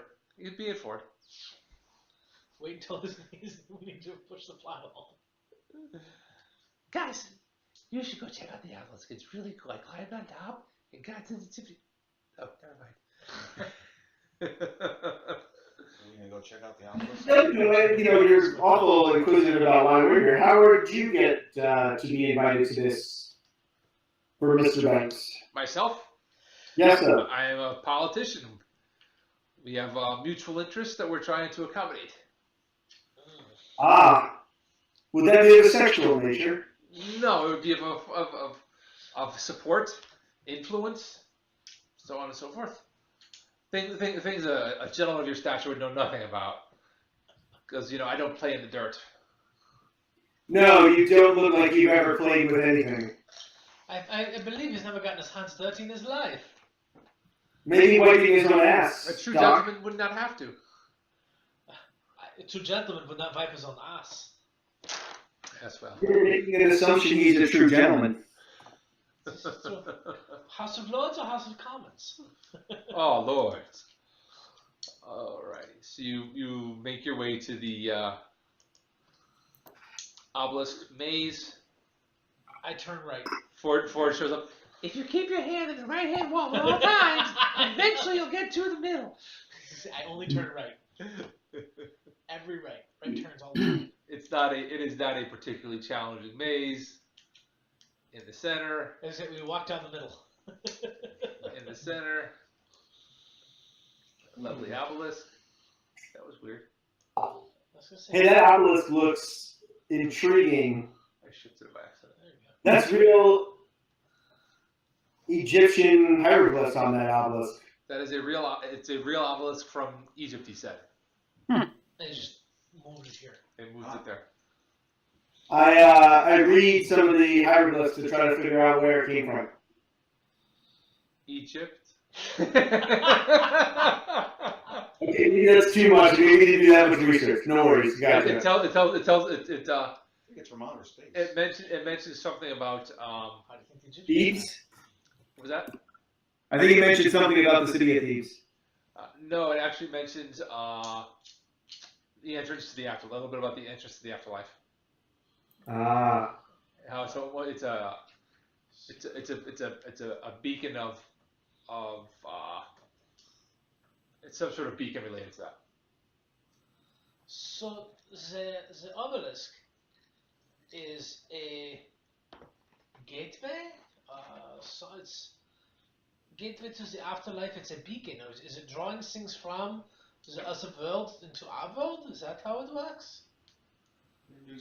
Well, if it's referring to the god of the afterworld, it's referring to Osiris. So. But is it a gateway for the living to cross over into the land of the dead, or if it's a beacon, it's it's in our world, then it should be a way for the dead to come back to the land of the living, no? I don't know of any obelisks that are actually beacons that work that way. I'm not saying that they couldn't, based on what I now know about things, but That's curious. You see this over here? I believe it's making reference to a gate to the stars. 6 coordinates that can open up a door to another world. No, you need a ring for that. Like a gate to the stars, yes. Is the obelisk made out of like traditional marble or granite. granite? It is a legitimate obelisk from Egypt. There's no reason to doubt it. It's documented that it was transported to his location. Okay. Numerous studies have been conducted on it. We're still trying to find the magical properties. It would be granite if it was legit. Erling, Egon, a question for you. The head maze itself, does it form any words and hieroglyphics in Egyptian or any other language that you're familiar with? Or anything related to the occult? I thought I did notice that I would turn one way and see topiary animal, and then when I look again, I would be in a different position. A little too obscure of a. Is that reading? Yeah. Let me see if let me search and see if I can remember anything. I just want to use my new D8 call. No, I do not believe this to be cult related in any way, shape, or form. Very well. Guys, were any of those pictures taken from Spain, from Alhambra, anything like that? They were just taken not- from Google searches. Actually, Google Images, to be precise. The shepherd has his baton in his hand. He gives a couple little raps. To the obelisk? Yeah. It crumbles now. It falls over. Quickly, everyone, just quietly step away. We were not here. This was not us. Keep going, now, quickly. They don't make them like they used to 2,000 years ago. I mean, it's a fine, impressive piece of work. It's probably about 50 feet tall. The effort to get it there must have been Herculean at the time. To transport it from Egypt all the way there must have What do you been. suppose they traded for this? What do you suppose they have down in Egypt? A little Stonehenge? You could ask Mr. Banks. It's 12 inches tall. Well, yeah, when we see Mr. Banks again, if we see him again. I want to say it's about 3 feet wide at the base, about 50 feet tall. It's It's a no joke obelisk. it is no joke. When you can feel the history when you touch it. You know, it's one of those cool things. Anybody want And to see it? just out of curiosity, do you think 6 people working in conjunction with each other could topple it if they really put their minds to it? If you had some rope to throw over the top to get the leverage, maybe. Do it. Gotcha. I think that would be very bad taste if we toppled our host obelisk over. The whole team trying to recruit. I'm just out of character. Don't these things cross your minds when you see them, like when you're traveling? Well, what crossed my mind more is how did they get those things to stand upright to start with? Like this is a very small obelisk. Yeah, the big ones are. I've seen some specials on those. It's amazing. A million slaves can accomplish just about anything for you, I think. They still have to stand upright without it falling back over the other way. Very carefully. It might be an interesting story to ask Banks how they did it, how they transported it. It's up to you guys. So I think Josh has researched the answer to that question. no, I have not. But I'll make it up. You were notified. You're out there. You've been out there examining the obelisk now for a little while. It's probably about 11:30. It's almost lunchtime. Ford shows up. Guys, lunch is in the sunken garden. Fancy, huh? They asked me to come get you. Who else? You can make out it was a sunken gardens then. One of the service ladies. The cute one. No, the cute Well, perhaps you can demonstrate your memory skills and lead us out of the hedge maze. Oh, no problem. But Ford, have you heard anything interesting? Yep, Ford's going to take the straight path right out of the garden. Ford takes out a machete and just hacks through the hedge. No! Well, let's see here. The butler, son of the maid's daughter, they're getting it on. But the butler doesn't approve. And the maid's mother doesn't know. Wait, so you're saying the butler did it? Well, the With butler's the doing maid's it daughter. right. No, the butler's son is doing it. Oh, The butler is off-site today. He went to do the shopping. He took the chef with him, but they left the sandwiches for lunch. Tonight's dinner, if I had to guess, it's going to be a leg of lamb. It's going to be some nice mutton. Based on what I saw in the larder. Larder, huh? Yeah, you like that? Nice, that was good. I like using it just for flavor.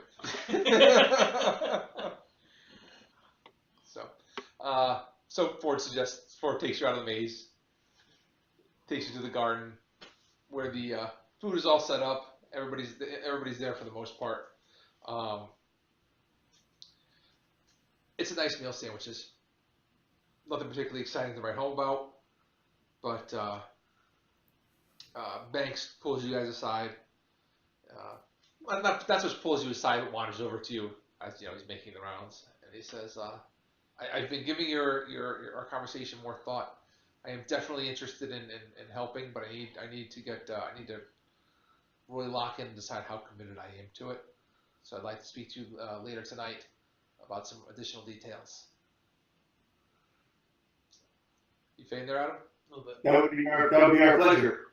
All right, excellent. Thank you, gentlemen. So lunch breaks up. What is your plan for the early afternoon? Do you have access to the grounds, the house? I heard that there was a moor way off in the distance, like miles away. There's a nice tree on it. I think we should go. No, never mind. I'm gonna have the tree from Deadlands. That looks scary to even me. Oh yeah. I noticed that you seem to have quite an extensive library on the second floor. It might be curious to see what texts are included in your collection.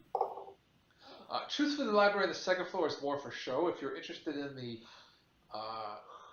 truly interesting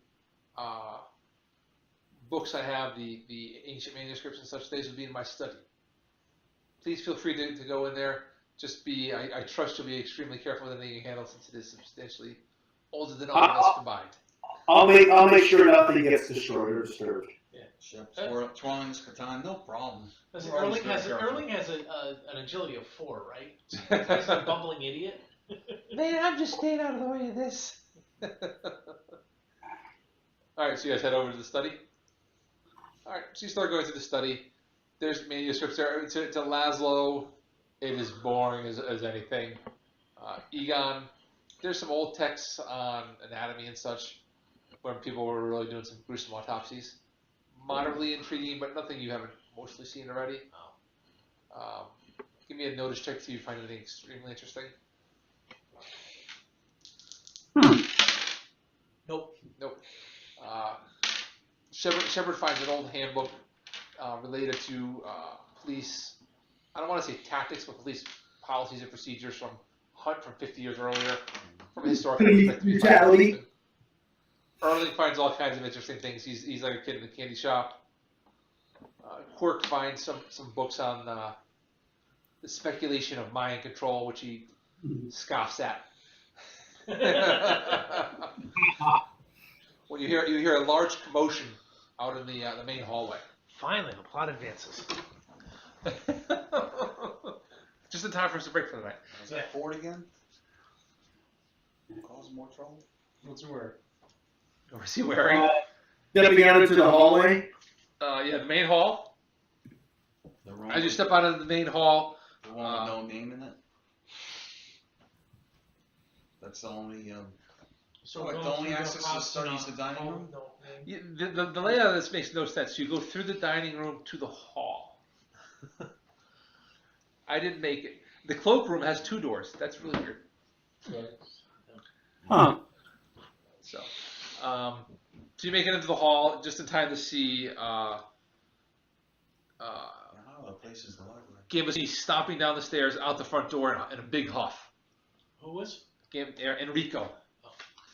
The guy with the mustache. Every time I see Enrico, I just want to say Enrico Suave. I can't get it out of my head. I think it was Enrico Palazzo. Enrico Palazzo. So yeah, Enrico storms out. A couple minutes later, Sir William shows up, the owner of the house. Everybody else Omar shows up, so on and so forth. Please give me a notice check. Somebody shoot check. Get a notice check. Notice. Wow. Oh boy. Well, 10. Quirk out of 4. I got an 11. and then you notice that Maxwell Puget, the police officer, is not there. Everybody else has appeared. Mad Max? We're on our way to dinner? No. We're post dinner. It's post lunch. Does anybody know where Maxwell is? Yeah, I'll taking a walk somewhere. Checking out the fountain. I've not seen him either. Nobody seems to remember seeing him since lunch. The people were around. Some were wandering the grounds. Some were in the game room, the drawing room. So they're all a little puzzled where he is. He probably went back to his room to take a nap. After the huff and door slamming and stomping that Enrico displayed, it's unlikely anybody would still be napping. Unless there was Jeff at game night after a few drinks. I guess that's true. So he would go for a nap. I think it's obvious. I'll go check out his room for you. We lost track of Enrico Palazzo. Enrico stormed out the door. Wouldn't talk to anybody. Slammed it. The glass broken. The delicate glass, the stained glass broken. He's not getting invited back. How uncouth. Do you think one of us should keep following, keep an eye on that gentleman? None of our business. Everything is on. You don't realize Pujo's not there until 5 minutes after Enrico stormed off. So people are slowly coming out of wherever they were to see what the ruckus was. So what direction was Enrico walking from? He came down the stairs and stormed out the door. Well, let's go upstairs, see what was going on up there. Where Where do the stairs go? They go up. All right, you guys climb the stairs. Are you searching room by room? What are you doing? Well, I think we should just start with the missing persons room. Okay, so Pujo's room. Are there any doors that are open right now to indicate what direction he came from? I imagine he didn't close the door behind him. Well, he closed that front door really hard. Well, that's true. Yes. Pujo's room is empty. If his stuff is in there, he is not. Hmm.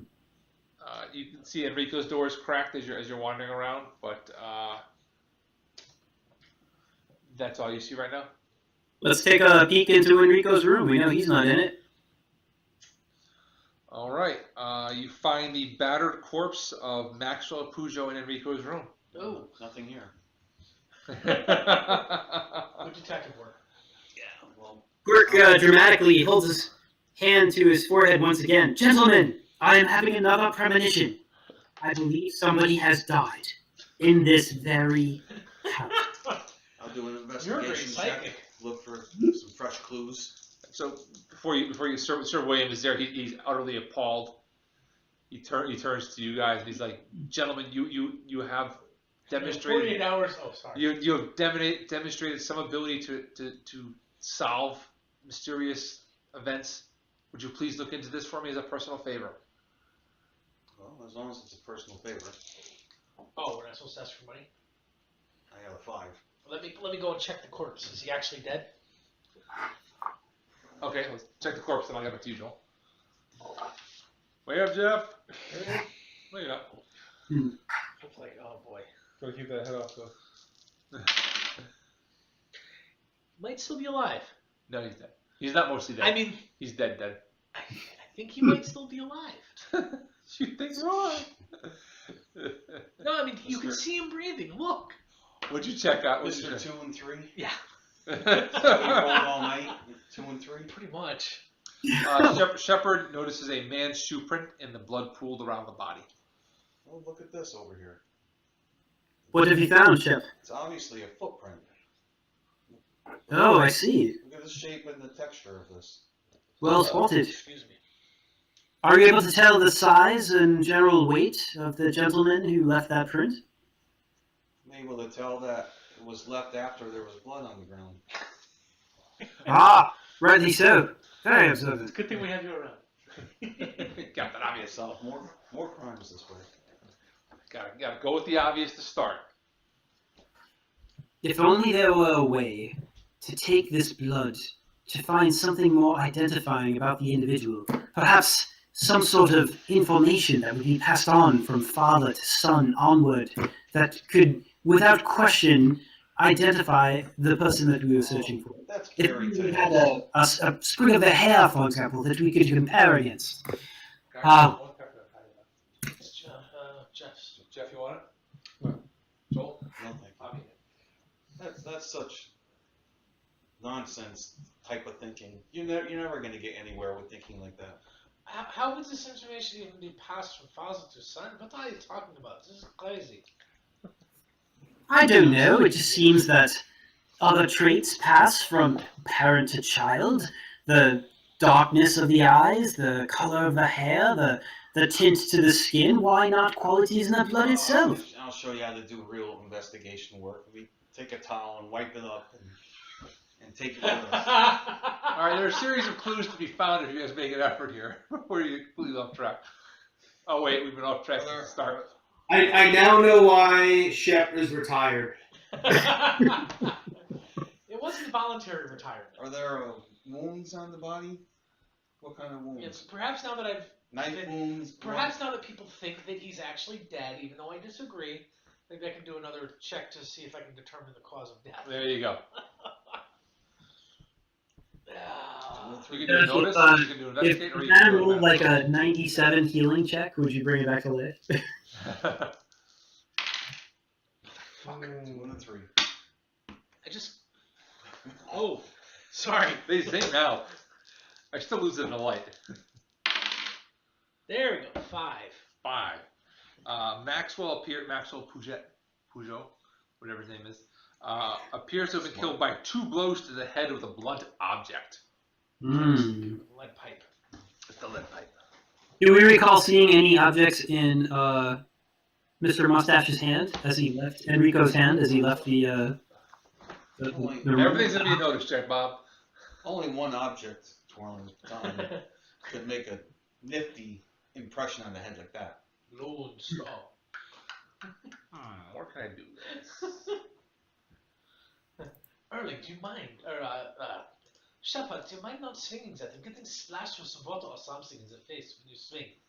So the dead guy is the cop. Yes. Oh, you probably. Where is his baton? Obviously, the murderer beat him on the head with his baton and took off with it. His buttons are on his shirt. You don't see them? Alright, let's see if I can make this The work. baton. The buttons, yes, they're on his shirt. The stick. The stick. You feel inside your head. The stick. That's what what is brown and sticky? A stick. Oh. It's funnier when Egon says it. I have to say. Yeah. The stick. Alright. Clue number 1 on the board. 2 blows to the head by a blunt object. We also know. And Shepard found a man's bloody footprint. shoe print. Bloody. Blood around the body. Guys, we have 7 suspects if you include Banksy, and I got 15 points for mind reading. I could ask 7 people 1 question each for 2 points each. Did you kill this man? And then we're done. Just round them up. We're out of here in like 3 minutes. Let's There's more go. than 7 suspects. Oh, there's a dozen? Oh, if you count the There's wait the staff. butler and the stable boy and Ford. Good Hey! And Ford. point. Ford, can we see your shoes? You missed it last week last session where Quirk was convinced that there was a third phase for the hide potion.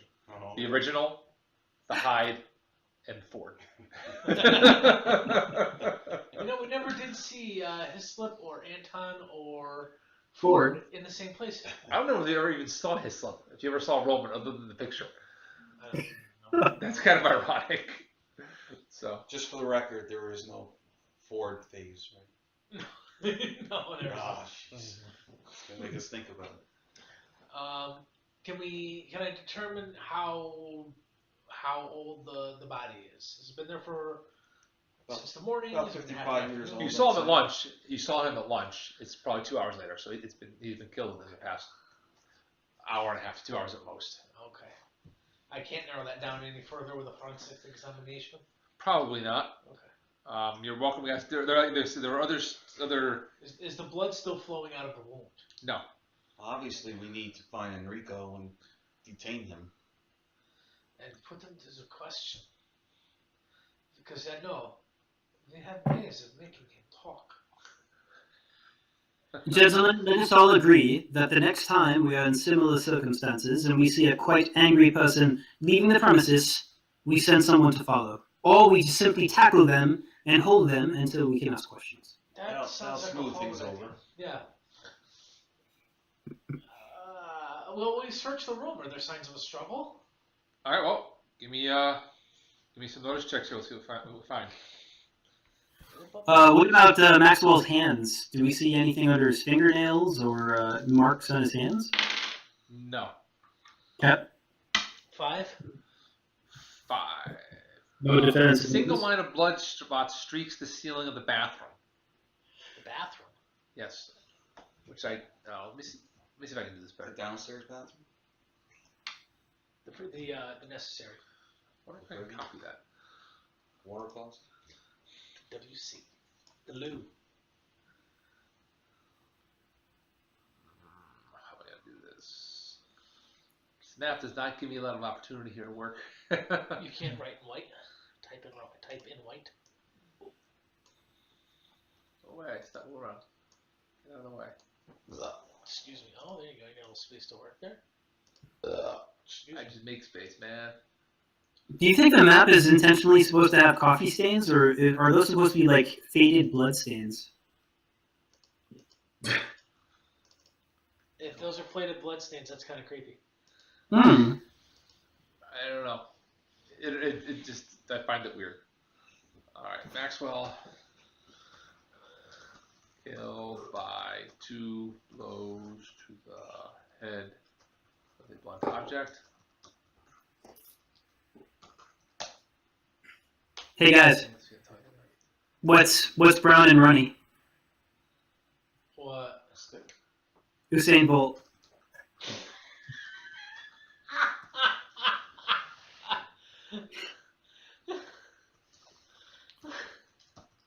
Sorry.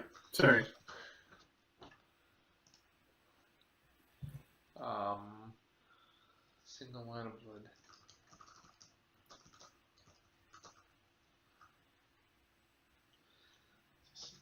What in the ceiling? It's about the bathroom. Head dashed in. But with what? A blunt object. Alright, everybody gonna look at more stuff? Okay, so there's blood on the ceiling in the bathroom, and his body was found in the bedroom. Right, so maybe there's other clues around in the area. Is there anything in the hallway that indicates that his body was dragged from the bathroom to the hallway? You give me some notice checks to see if you find the details. I've had enough of this. You have enough of this? Investigation. 6. 6. There are a few spots of blood lie on the carpet in the corridor, several feet from the entrance to Enrico's room. So it appears that he was attacked in the bathroom and dragged into the bedroom. Now, why would that be? Where is the bathroom and where is the bedroom on the map? He obviously slipped in the bathroom, banged his head on the counter, And rolled. had a bloody nose. Alright, so you're upstairs. So made the his way to bathroom. the bedroom. The bathroom is. You can see where the bathroom is. It's labeled. Yeah, okay, now which VR? room is... Enrico is in the bottom right. The bathroom is in the So center. he went from all the way down past 3... Okay. Sorry, the bathroom is where? Like downstairs? No, look at the upper floor. Yep. There's a bathroom right in the center of the upper floor. In the middle. I got it. Okay, I see it. And then Enrico is kind of in the bottom right there. Well, the blood spots in the hallway could be when Enrico left the building, perhaps, dripping blood as he went downstairs and exited the premise. This is up to servants' quarters. There's a dumb waiter. Cool. Oh, Well, he could have had a upper GI problem, or lower GI problem, instead of blood by the bathroom. Indeed, but there's often a smell that accompanies that I don't think we've smelled this evening. No, Egon, why don't you see if you can sniff around and smell anything? I smell iron. Snoop around some more. Yeah, let's Anybody else going to do a notice check besides let's that? investigate a little further in the bathroom and Yeah, see what let's else go we can find in smell The there. area. I did. I got a 5. Smell everything. Oh, you wanna? I don't have to investigate. But I give you notice again. Everybody can do a notice and investigate if you feel. I'll do an investigation. Okay. What are we all investigating? I'll do an Whatever you want. investigate. Around there. Looking around. Investigating. I'm too busy making smart-ass remarks to Egon to notice anything at this point. 10. 10. 10 on investigation. Investigation. Another 5-er.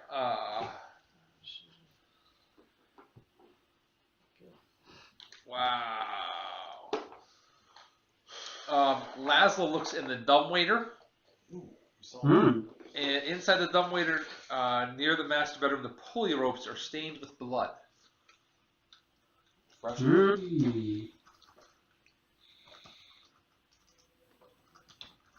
So what have you got there, Laszlo? Have you seen something interesting in the dumbwaiter? You seem to have an unusual expression on your face, as if you found something of Did you interest. find anything? I rolled We'll a see 6. blood and 6. Shepard That's me. found a blood-stained shirt stuffed in a vase at the top of the stairs. Hmm. This is Did Enrico have a shirt on when he stormed out? Yes, he did. Is the blood still? Does it look recent? Is it still wet, or Yes. is it dry? It seems like the same viscosity as the rest of the blood. It's wet. And Okay. the size of the shirt, does it appear to match the size of... You know, it's interesting. On a raise, you find that out, but you're specifically asking that. With a raise, this shirt is not Italian and it is too large for Enrico. Hey, look at our resident cop asking the questions that count. Woo. That comes with experience. Yeah. You guys will learn someday how to investigate. Did anybody else roll well and I did not get to them? Just a fun Fine, well. Looking around the body a little more, you notice the window's open. Looking outside, you see a pair of shoes have been flung from the window into the bushes below. Enrico's window? Yes. We can go out on the balcony. Did Enrico have shoes Balcony's on? window. We can go out on the balcony and look at Enrico's window and see if we see any sign of. Quirk is going to go downstairs and We just collect the shoes before they disappear. While you are You're downstairs, full of good ideas, so. look in the dumbwaiter in the kitchen and see what you can see in the dumbwaiter. Very well, I shall. But I didn't think that our server was that unintelligent. But okay. Well, What are you checking about? He's doing two things then. He's going to pick up the boots that we spotted from upstairs and bring them inside. And then also, Egon's suggestion, he's going to open up the dumbwaiter on the ground floor and see what he sees when he opens it up. Okay, Enrico's shoes are found in the bushes. Hmm. One covered in blood. Hmm. and do those shoes match the bloody footprint in his bedroom? Yes. And are they definitely Enrico's shoes? It says. How do we know that? I don't know. They look like because they're the right size. They're Italian. They're Italian leather? Yes. Italian leather. You give me another. You gonna give me another investigation there I could. or notice? Also, he just left the building, so I imagine he left footprints on the way out across the grass. Yeah, we can see if he has shoes on or not. We can do a comparison of the shoes that he's wearing now versus the ones that got thrown out the window. Notice check was a 4. I got a 5 on mine. Investigation was a 4. All right. There's nothing in the dumbwaiter down on the main floor other than the bloodstains in the rope Nothing still. on top of the dumbwaiter. You already looked in the dumbwaiter. You do notice on a small table in the corner the absence of dust next to a statuette of the Egyptian god Bastet. Indicates there was a pair standing there until recently. Ah, so now we've discovered the mechanism. Which Egyptian god? Bastet. Bastet. Clearly, the killer pulled the statue off the shelf, which triggered the trap so that two things fall on the head of our victim. I can see no other explanation. Yes. What about the dumbwaiter? Yeah. Did we check on top of the dumbwaiter? There, Or the ropes? other than the Checked bloody ropes, in there's it. nothing else. That's going to kill me. Because it probably doesn't do anything other than just, hey, there's a clue, there's blood somewhere. There's blood everywhere. Is the dumbwaiter big enough to fit a person inside? Yes. Yeah, Webster could fit in it. That's how he got up and down the stairs, using the dumbwaiter. So we know that he was struck downstairs. At least the body was downstairs. Maybe he wasn't even killed on the grounds of the building itself. Do we see any trail of blood leading to the dumbwaiter downstairs? Hold on a second. I'm rereading just to make sure what happens so I can get all the clues right. Say that again, Bob? We know that a body was stuffed into the dumbwaiter downstairs. So do we see You don't know that any... a body was stuffed in the dumbwaiter downstairs. There's blood on the ropes. That's what you know. Right, but I'm assuming that a body was put into the dumbwaiter and then he pulled the ropes to cause the body to be taken there's blood on the upstairs. ceiling in the bathroom, Bob. That was probably where the attack happened. Say again? There was blood on the ceiling in the bathroom. Ah, Probably upstairs, which is probably where he was struck. so then I'm confused. Yeah, I don't know how the dumbwaiter fits into this yet. So, okay, so if our working theory is that he was attacked in the bathroom, slain in the bathroom, With dragged the, to his room, then what is the point of the dumbwaiter? You have the location. You have the weapon. But you don't have the person. Come on, this is just like clue. Come on, give me a clue, man. I want to look at your card. So it was Why in the would bathroom with why the would statue you of Osiris. use the dumbwaiter ropes that were stained were the upstairs ropes, not the downstairs ropes, correct? So the murder must have happened upstairs. The And rope is then- stained as if somebody used the dumbwaiter. Yeah. So like handprints, kind of almost. It's hard to say handprints, but lots of, I mean, you're pulling up It's like there. a spot of blood, a clean spot, a spot of blood, a clean spot. Yeah. So if you didn't want somebody to take the stairs or be seen, who assisted in the murder, if it was a two-person job, then you could maybe put someone in a dumbwaiter. How large is the dumbwaiter? What size person could fit in that? Could any one of us? I would say that Joel could fit in it, Josh and Jeff Down could not. Well, of the gentlemen remaining that we've met that we think are still alive, how many of those gentlemen could fit in this dumbwaiter?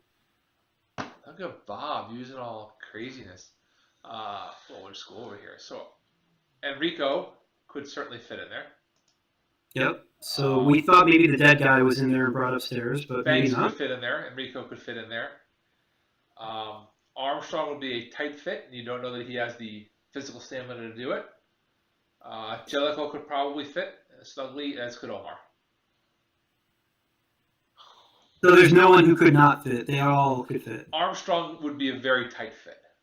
Oh, okay. So he's All right. probably not. Armstrong's rider. our general. Yes. Yeah. He's the one that Shepard knows. He's a little old to be. He's probably not limber enough. So Maxwell Puget himself would have been an extremely tight fit. He's probably the borderline of what you could fit in, everybody else being slightly smaller than him. Okay. So if we had two people and one was lowering the other, then it could be any one of the four that were lowered down. But that would mean there are two guests who had some sort of disagreement with Enrico. And it still doesn't explain why one would and one wouldn't, unless the one that was lowered down was so dirty, so bloody, all wounded, that they would have caused notice to the others. No, it doesn't quite fit. Dumbwaiter didn't have to lower a person. It could have lowered down something else. There would still be blood stained by the hands. But Something. Well, yeah, we're still looking for the statue, right? That's missing from that table, which, by the way, is the cat goddess. So the statue would be, in the shape of a cat. so how big is the statue? How big is the other one that's still there? 4 inches high. What I'm getting at is, if, say, Enrico was carrying the statue, do you think we would have seen it, or would it be too big for him to cover or hide? He wasn't wearing a jacket. He was just wearing a shirt and pants, and it probably would have been too big for him to carry. I'm envisioning a spot on a base, 4x4 inch square with a statuette on it. Yeah. So a good size. So,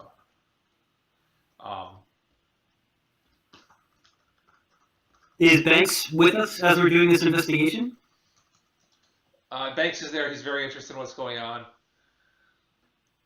He's obviously very concerned about his other guests, their safety.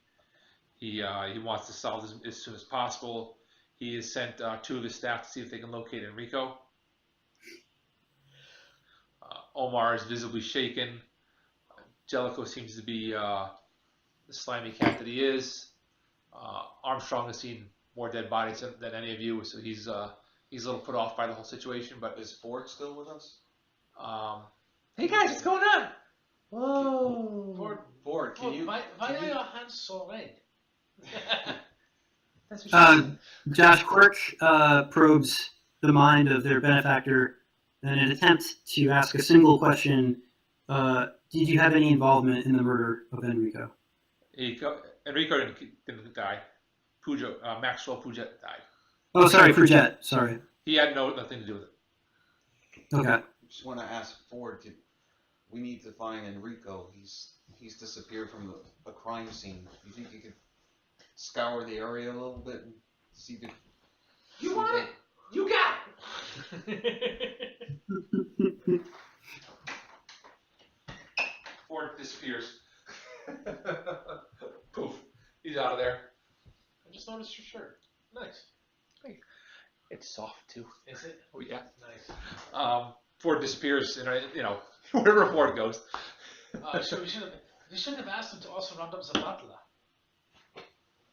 The butler actually was left. shopping, right? The butler and the cook are left. Allegedly. Ladies and gentlemen, our fugitive has been on the run for approximately 19 minutes. Average foot speed on uneven ground, barring injuries, is approximately 4 miles per hour, and that gives us a radius of approximately 6 miles. What I want out of each and every one of you is a hard target search for every gas station, residence, warehouse, farmhouse, henhouse, outhouse, and doghouse in that area. Dang. Please tell me you read that. I did. Okay, good. Well done. If you hadn't read that, you would have got 2 bennies.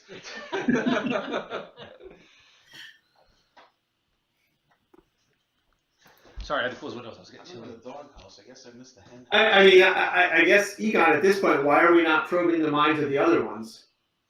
I mean, why did we probe the mind? Why did you probe the mind? Well, if I would have known this, I would be, if I didn't know this, I would be asking you, hey, can't you get inside the heads of some of these guys and figure out what they might know or not know?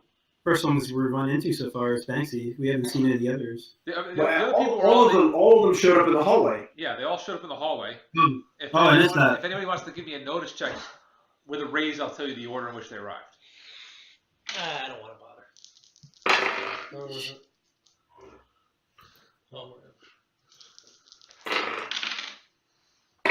Oh, 5 for Quirk. I got a raise of 7. Nice. And 8 is a raise, Mikey. On a D6, it's not. hey, keep rolling that. 7. Go, do it again. 10. Really? Really? 9. You couldn't get another one? 17. I know. Is he adding wrong dice together? No, I He's watched. multiplying. Wow, that's impressive. 6, and you get 2 6s and a 5. Shepard takes out his little notebook. Well, Columbo says. There's one more question. One thing Didn't you guys notice? Enrico How could we find evidence? Enrico stormed out. 19 seconds later, Banks showed up. As Enrico, you guys came. Enrico was halfway down the stairs when you showed up. At the bottom of the stairs, Banks had already showed up. Enrico stormed out. Okay. 10 seconds after that, Armstrong came out of the. Old man. Armstrong was your friend. Came out of the ballroom. It's kind of weird, but he may have just been looking for a little quiet. No, he came out of the game room. Who am I kidding? He came out of the game room. After that, Omar showed up. It looks like he was coming out of the dining room. Alibaba. And Jonathan Jellicoe came out of P.T. Barnum.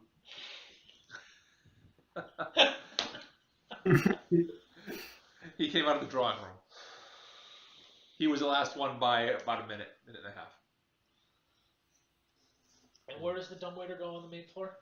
And where it lines up. And what about the So last the guy? lounge. Yes, by the lounge. Oh, by the lounge, in the hallway by the lounge. Yes. Did you leave a guy out? Enrico stormed out. And then one guy's dead. Peugeot's dead.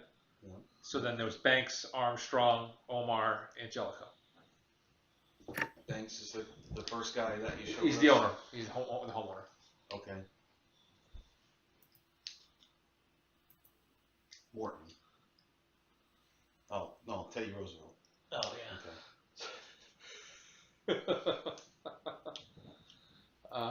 I mean, you've got them all lined up at this point. Everybody's there. They're all trying to cooperate as best as they can. Or aren't they? Or are they? You have more questions? Quirk, you are welcome to use your powers. I am not going to discriminate against you know what I'm doing then? I've just used 2 out of 15 points. I'm down 13, so I can go maybe another 6 people before I run out of points. So let's do this thing. There you go. We have I am 5. Bob using power to the full extent to break the game, and I'm okay with that. Okay, now I'm meta thinking this, going, none of these people had anything to do with it. Who are you All right. asking next? I know. We're going to the first individual, which is Jellico, the last to enter. All right. And the roll is pretty good. I got an explosion. Rolled a 10 out of D10, so it's a 15. Okay. And the question is, of course, were you involved in the murder of Puget? Would you like me to answer you aloud or whisper to you? No, go ahead and answer it aloud, because I'll Use share it dramatic with the rest license of with the group. whoever, if you find somebody who did it. So. It's up to you. Oh, I think it's just easier to share, because then I'll eventually share it with the rest of the group, and that's a lot of typing and a lot of people being... Jellico was involved in the murder of Maxwell Puget. You have no way of proving that because your mental attestation will not stand up in court. Mhm. But All of them were involved. in your mind, you are 100% confident that he killed. You can see it. Your role is so freaking good, you can see it through his eyes. That he killed him or he was involved? He killed him. He took the statue, he decked him in the bathroom, he dragged him into the other room, left him there to die, then had a confrontation with Enrico, who stormed out. He plays it cool, and he moves on to the next individual, who is the second to last person into the room. Omar, yeah. And we do the same thing, so I'm down to 11 points. 7?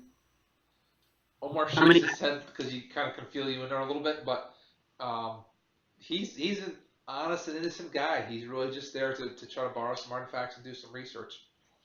He had nothing to do with it. Good to know. 2 down, 3 to go. Well, you So- already did the homeowner, so the only one left is Armstrong. Oh, that's right. Unless That's you're going true. to interrogate your buddies. Armstrong You got rolled in. I haven't done an experiment in a long time. You never know about Erwin. Armstrong, the old man, It's for the he's a ratings. little surprised that something like this would happen. He had nothing to do with it. So now, using the hand signals that the group has practiced in the past, Hey. Quirk touches his nose and his head, and then does, and then he points at Oh, Jellico. gonna have to get that later. Just very subtly, subtly. He Yeah. did it. It was him. Did Rico kill himself?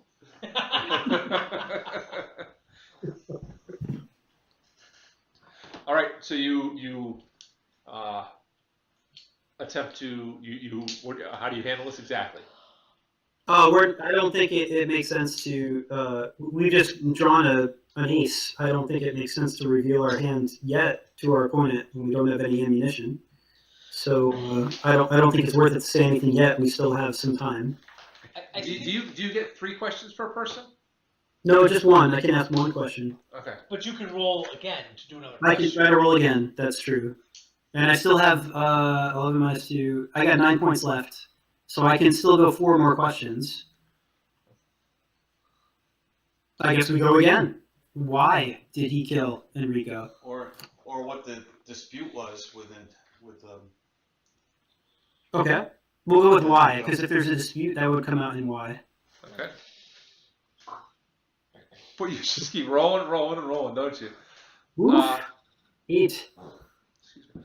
Enrico was snooping through everybody's room, and Maxwell caught him. Enrico was. the guy that got. I'm sorry, Yeah, Maxwell. swung out. Yeah, Enrico was snooping, and Maxwell caught him.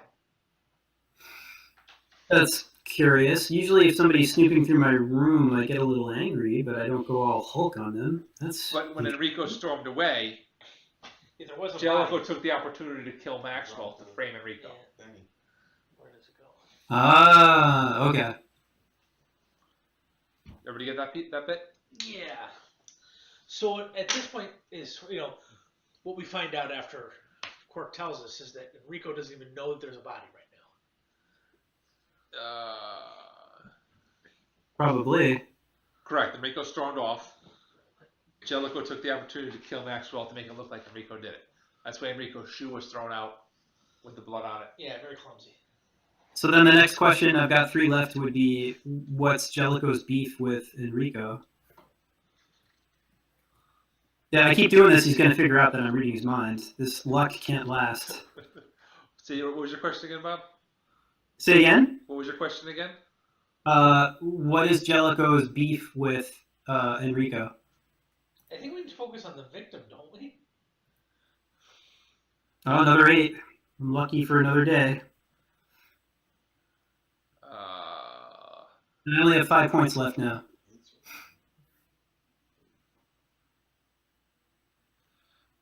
Repeat your question one more. I'm sorry. No problem, no problem. Jellicoe, who killed Puget, Yeah. didn't deframe Enrico. So the question is, what is Jellicoe's beef with Enrico?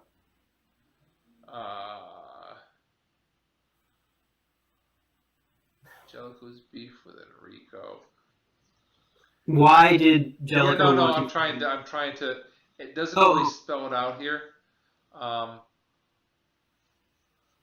He had some bad meatballs one day, and he wanted to get back at all of it. Was Enrico mad at Jellicoe or Jellicoe mad at Enrico? I say, who caught Enrico? Caught. Everybody's having trouble with the names. It's getting too late now. Enrico was the one that got mad and left. Jellicoe. Yes. So Enrico caught Jellicoe snooping. Right. No, he caught. Jellicoe is trying to frame Enrico because Enrico isn't who he says he is. Jellicoe thinks Enrico has links to some other organization and is pretending to be who he thinks he is. Who you think he is. 2 questions left. And if I get caught, that won't be good because the murderer will know somebody's probing his mind. Do I press forward or do I press my luck or do I stop? No whammies. No whammies. Unless you could think of something really substantial to ask, I would stop. Yeah, I kind of don't know where to go from here. Well, we could ask what organization he thinks that he's a part of. Because then if we knew the organization that he despises, that would give us insight into Jellicoe's background as well. Or we could ask him, did you leave any evidence of your murder? But he'll probably think no. I want to ask where the murder weapon is. I was going to say we don't have a murder weapon. You do that. All right, we'll go for the murder weapon. All right. Oop, did I get that right? Location of the murder weapon. 7. That's not a raise, so that is you can try to resist a little bit there. Are you gonna Benny it or? Yeah, I have 2 bennies left. Let's say, these are all supposed to be opposed, aren't they? What's that? Are all these rolls supposed to be opposed? Should we be rolling against these? Yeah, that's a good point. Josh, you should all be opposed. All right. So what is this guy? And it's smarts. It's all sharp iron right now too. Just a note though, when they do get opposed, add 2 to the roll. So the 15 becomes a 17, the 7 becomes a 9. Yeah, against smarts. That's against smarts, yeah. You don't worry about it. I had to explode like 3 times to stop those rolls. Okay. Put in head. I'll Benny the 7, and I'm down to 1 Benny left. Sure. It becomes a 10. That's better. All right, you get a picture of you can see him slipping the bloody statue into a pocket in the coat closet. But not his coat, just a random coat. Actually, you think it's probably Maxwell's coat. Okay. Maxwell is Jellicoe? Maxwell's last name is Jellicoe? I don't care if it's plot point. What was that? Is Jellicoe Maxwell? No, Jellicoe's different. Maxwell's the dead guy. All right. So you go into the closet. Do you pull it out yet or no? I think there's a way that we can solve this problem quite simply. Is everybody gathered in the room? I don't think we've all left the room. We're just kind of staring at each other. Yeah. Going, why do you look like you're taking a dump? Why do you keep squinting like that?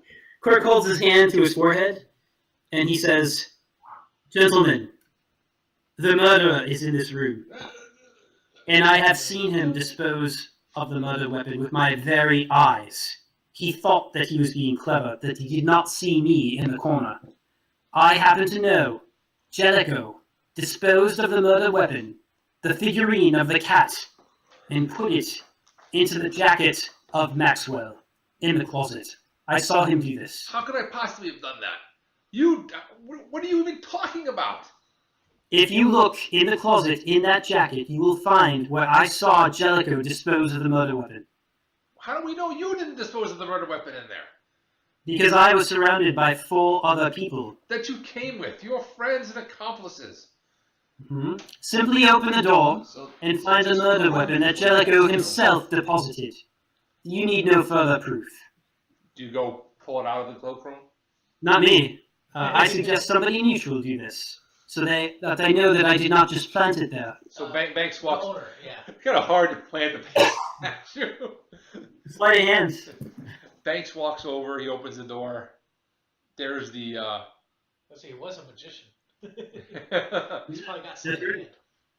Stealth D6. There's the statue. Jellicoe cracks at that point. Just, he had it coming. You don't know. I thought that was an in-game cough for a second there. No, I'm losing my voice from talking to different voices. Give him a drink of water. For God's sake, man, what could he possibly have done to deserve a death? He kind of goes off the deep end at this point and starts, borderline foaming at the mouth, hysterical. Exposition time, boys. Totally cracked. I am moving it along. Yeah, That's I'm all. totally cool with that. I just move it along. Banks arranges for Jellicoe to be arrested. Cops drop before the. I was gonna, we got a cop right. Oh, never mind. The cops drop before the night's through. He's taken away in chains. Oh, Cop killer. yeah. So it's a British cop. It doesn't really matter. Banks is He did this extremely. in London. He wouldn't live the night. Banks is extremely appreciative. He begs you guys to stay for the rest of the weekend. Enjoy his hospitality. Yeah, can we have that room with the? Oh, never mind. Yeah, Is there another bathroom we can? call it empty room. True as Sports said, there's a lovely piece of mutton for dinner. Oh, Mutton. lovely piece of. I'd forgotten about the mutton. I was thinking of something else. Mutton. Mine's a bit rare and bloody. MLP. Mutton, lettuce, and tomato sandwich. Oh, and the mutton is nice and lean, and the tomatoes is so turkey. I got dibs on who's portion. It's meal's better than the night before. So did Ford ever find Jellicoe? Or rather, Enrico? Enrico came back later on. He's Boy, was he surprised, huh? Yeah. totally in shock of what happened. So Yeah. why did do we ever get why Maxwell? No shit. Why the killer thought that Enrico was a part of some organization? What organization? And why You he did thought not. That? We did not.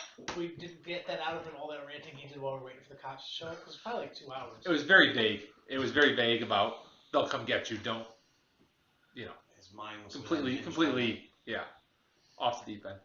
So I hope he wasn't a Kabbalist.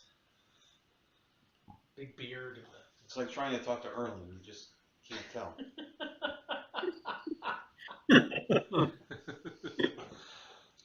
So the dinner passes once again. It's cigars and brandy. Banks asks you to join him in his study once again. I'm just trying to imagine that conversation. Oh, pity about him getting killed. Excellent brandy, though. Yes. I'd like you to stay for the whole weekend. Oh, Shepard We and have Armstrong. a few empty trade, rooms now. trade No one stories has to all double night up anymore. of different murders that we've seen. Yes, you And could. then it'll work. As he brings you to his study, he takes out the good whiskey, the good Brandy. brandy. Pours everybody a glass, salutes you, says, thank you for solving the mystery of what happened here. I certainly plan to help back your organization. And as he's saying this, there's a huge explosion outside. The obelisk just goes up like somebody put an explosive on it. It just explodes outside. You can see it through his window. Is everybody accounted for? The other guys are all in the game room. Did you know that most fireworks in the U.S. a lot of the companies are family companies and they're mostly Italian? Six guys come crashing in through the windows because the study's in the corner. Not Chinese.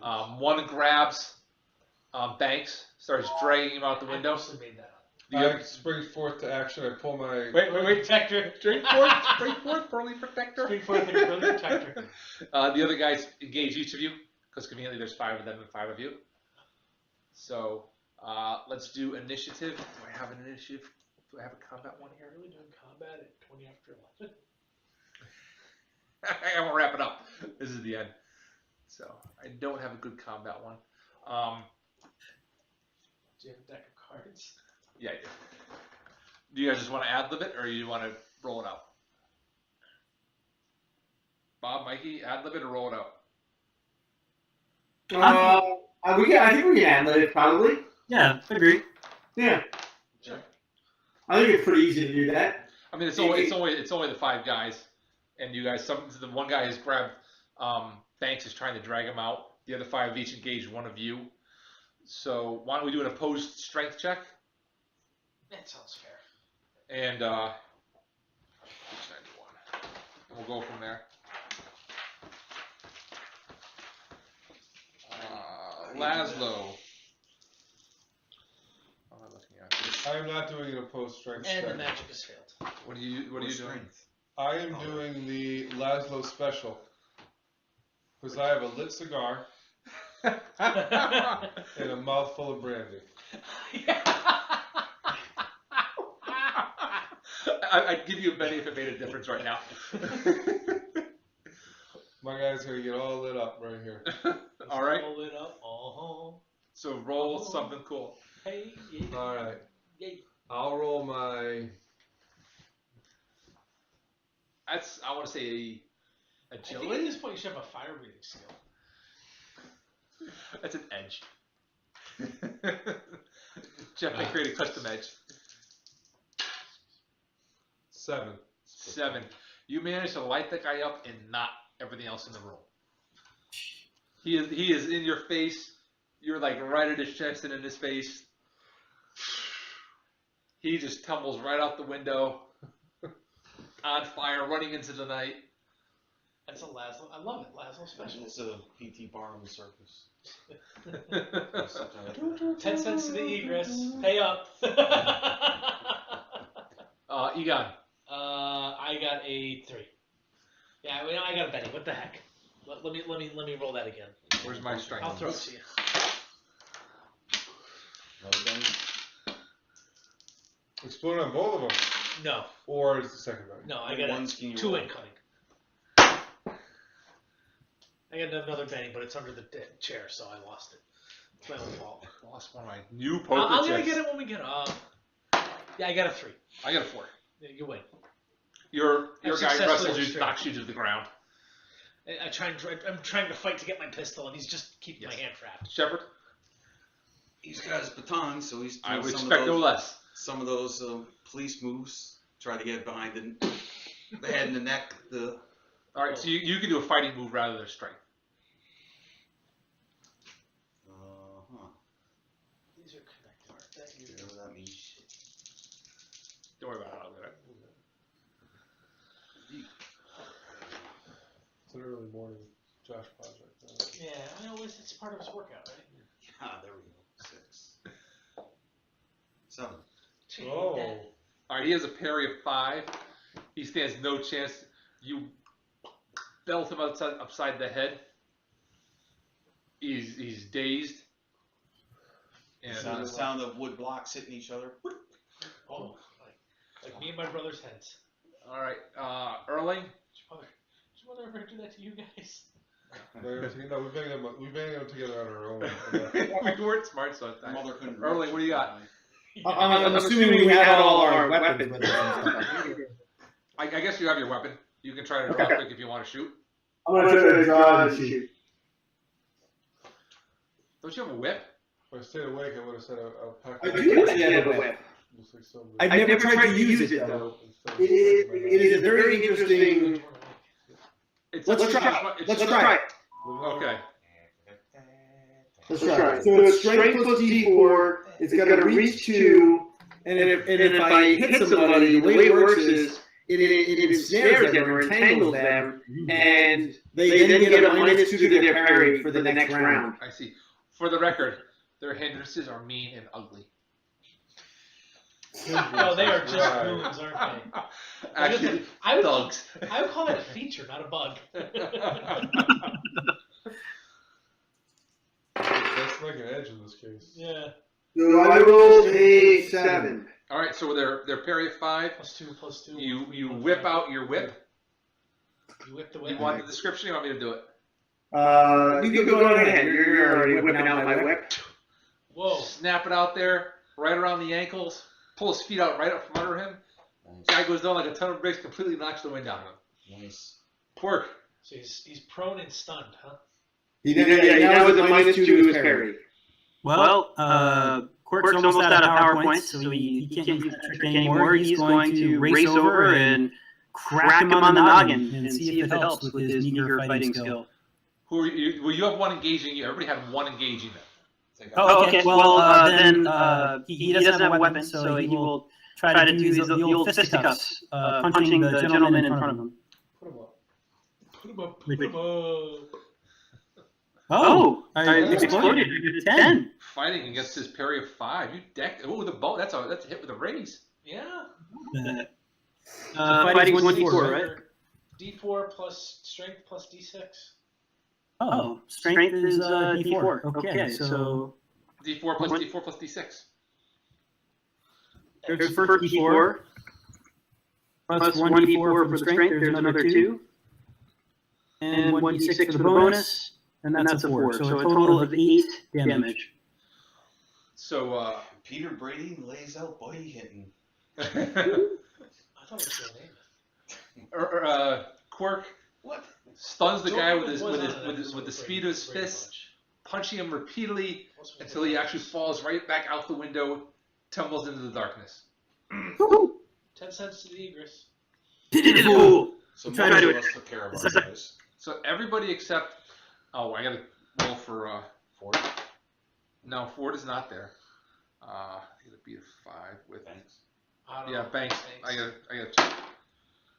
Wow, Banks. Banks actually tied the guy. He's holding his own. I have to go get a refill. You have to get a refill. Oh, no, now it's the Yeah. flip the Yeah, ball right. over. The This is the good stuff. I gotta go with the bad stuff. you but that's why it lit so well. That's true. you hear a guy outside you haven't seen yet, and you hear him say, "Let's get out of here." And the two that are still functioning, the one entangling dealing with Banks, disengage and jump out the window to escape. The guy who What about Quirk Whippet? decked got away because he fell out the window. Shepard's guy is unconscious. Hot stuff. Hot stuff went out the window. He's run off flaming into the night. And Mikey's guy is tangled on the floor. So there's an unconscious guy and a tangled guy on the floor. We got us some. The rest are trying to escape. The most important question is the entangled guy and the guy on the floor, or whatever, the two guys we have. Mhm. Do they have thumbs? Yeah, but they have no pinkies. Oh, I see they've met Alexander Bellows. So you have two. Your what's what I'm looking for? Your man, Captives? the host is okay. The obelisk has been destroyed. You think, based on the fact that it was a giant explosion. Could be explosion proof. And there are two guys dressed in black. They're not ninjas. Years ago. There's two guys dressed in black, not ninjas, who are mean and ugly. Are on the floor. I think they have an intelligent like the goblins. Like, Yeah. I suggest we tie these guys up as soon as possible. how many came? More or less than 3? More. How many? One, 1, 2, 2, 2. A lot. Yeah. The one that's tangled on the floor.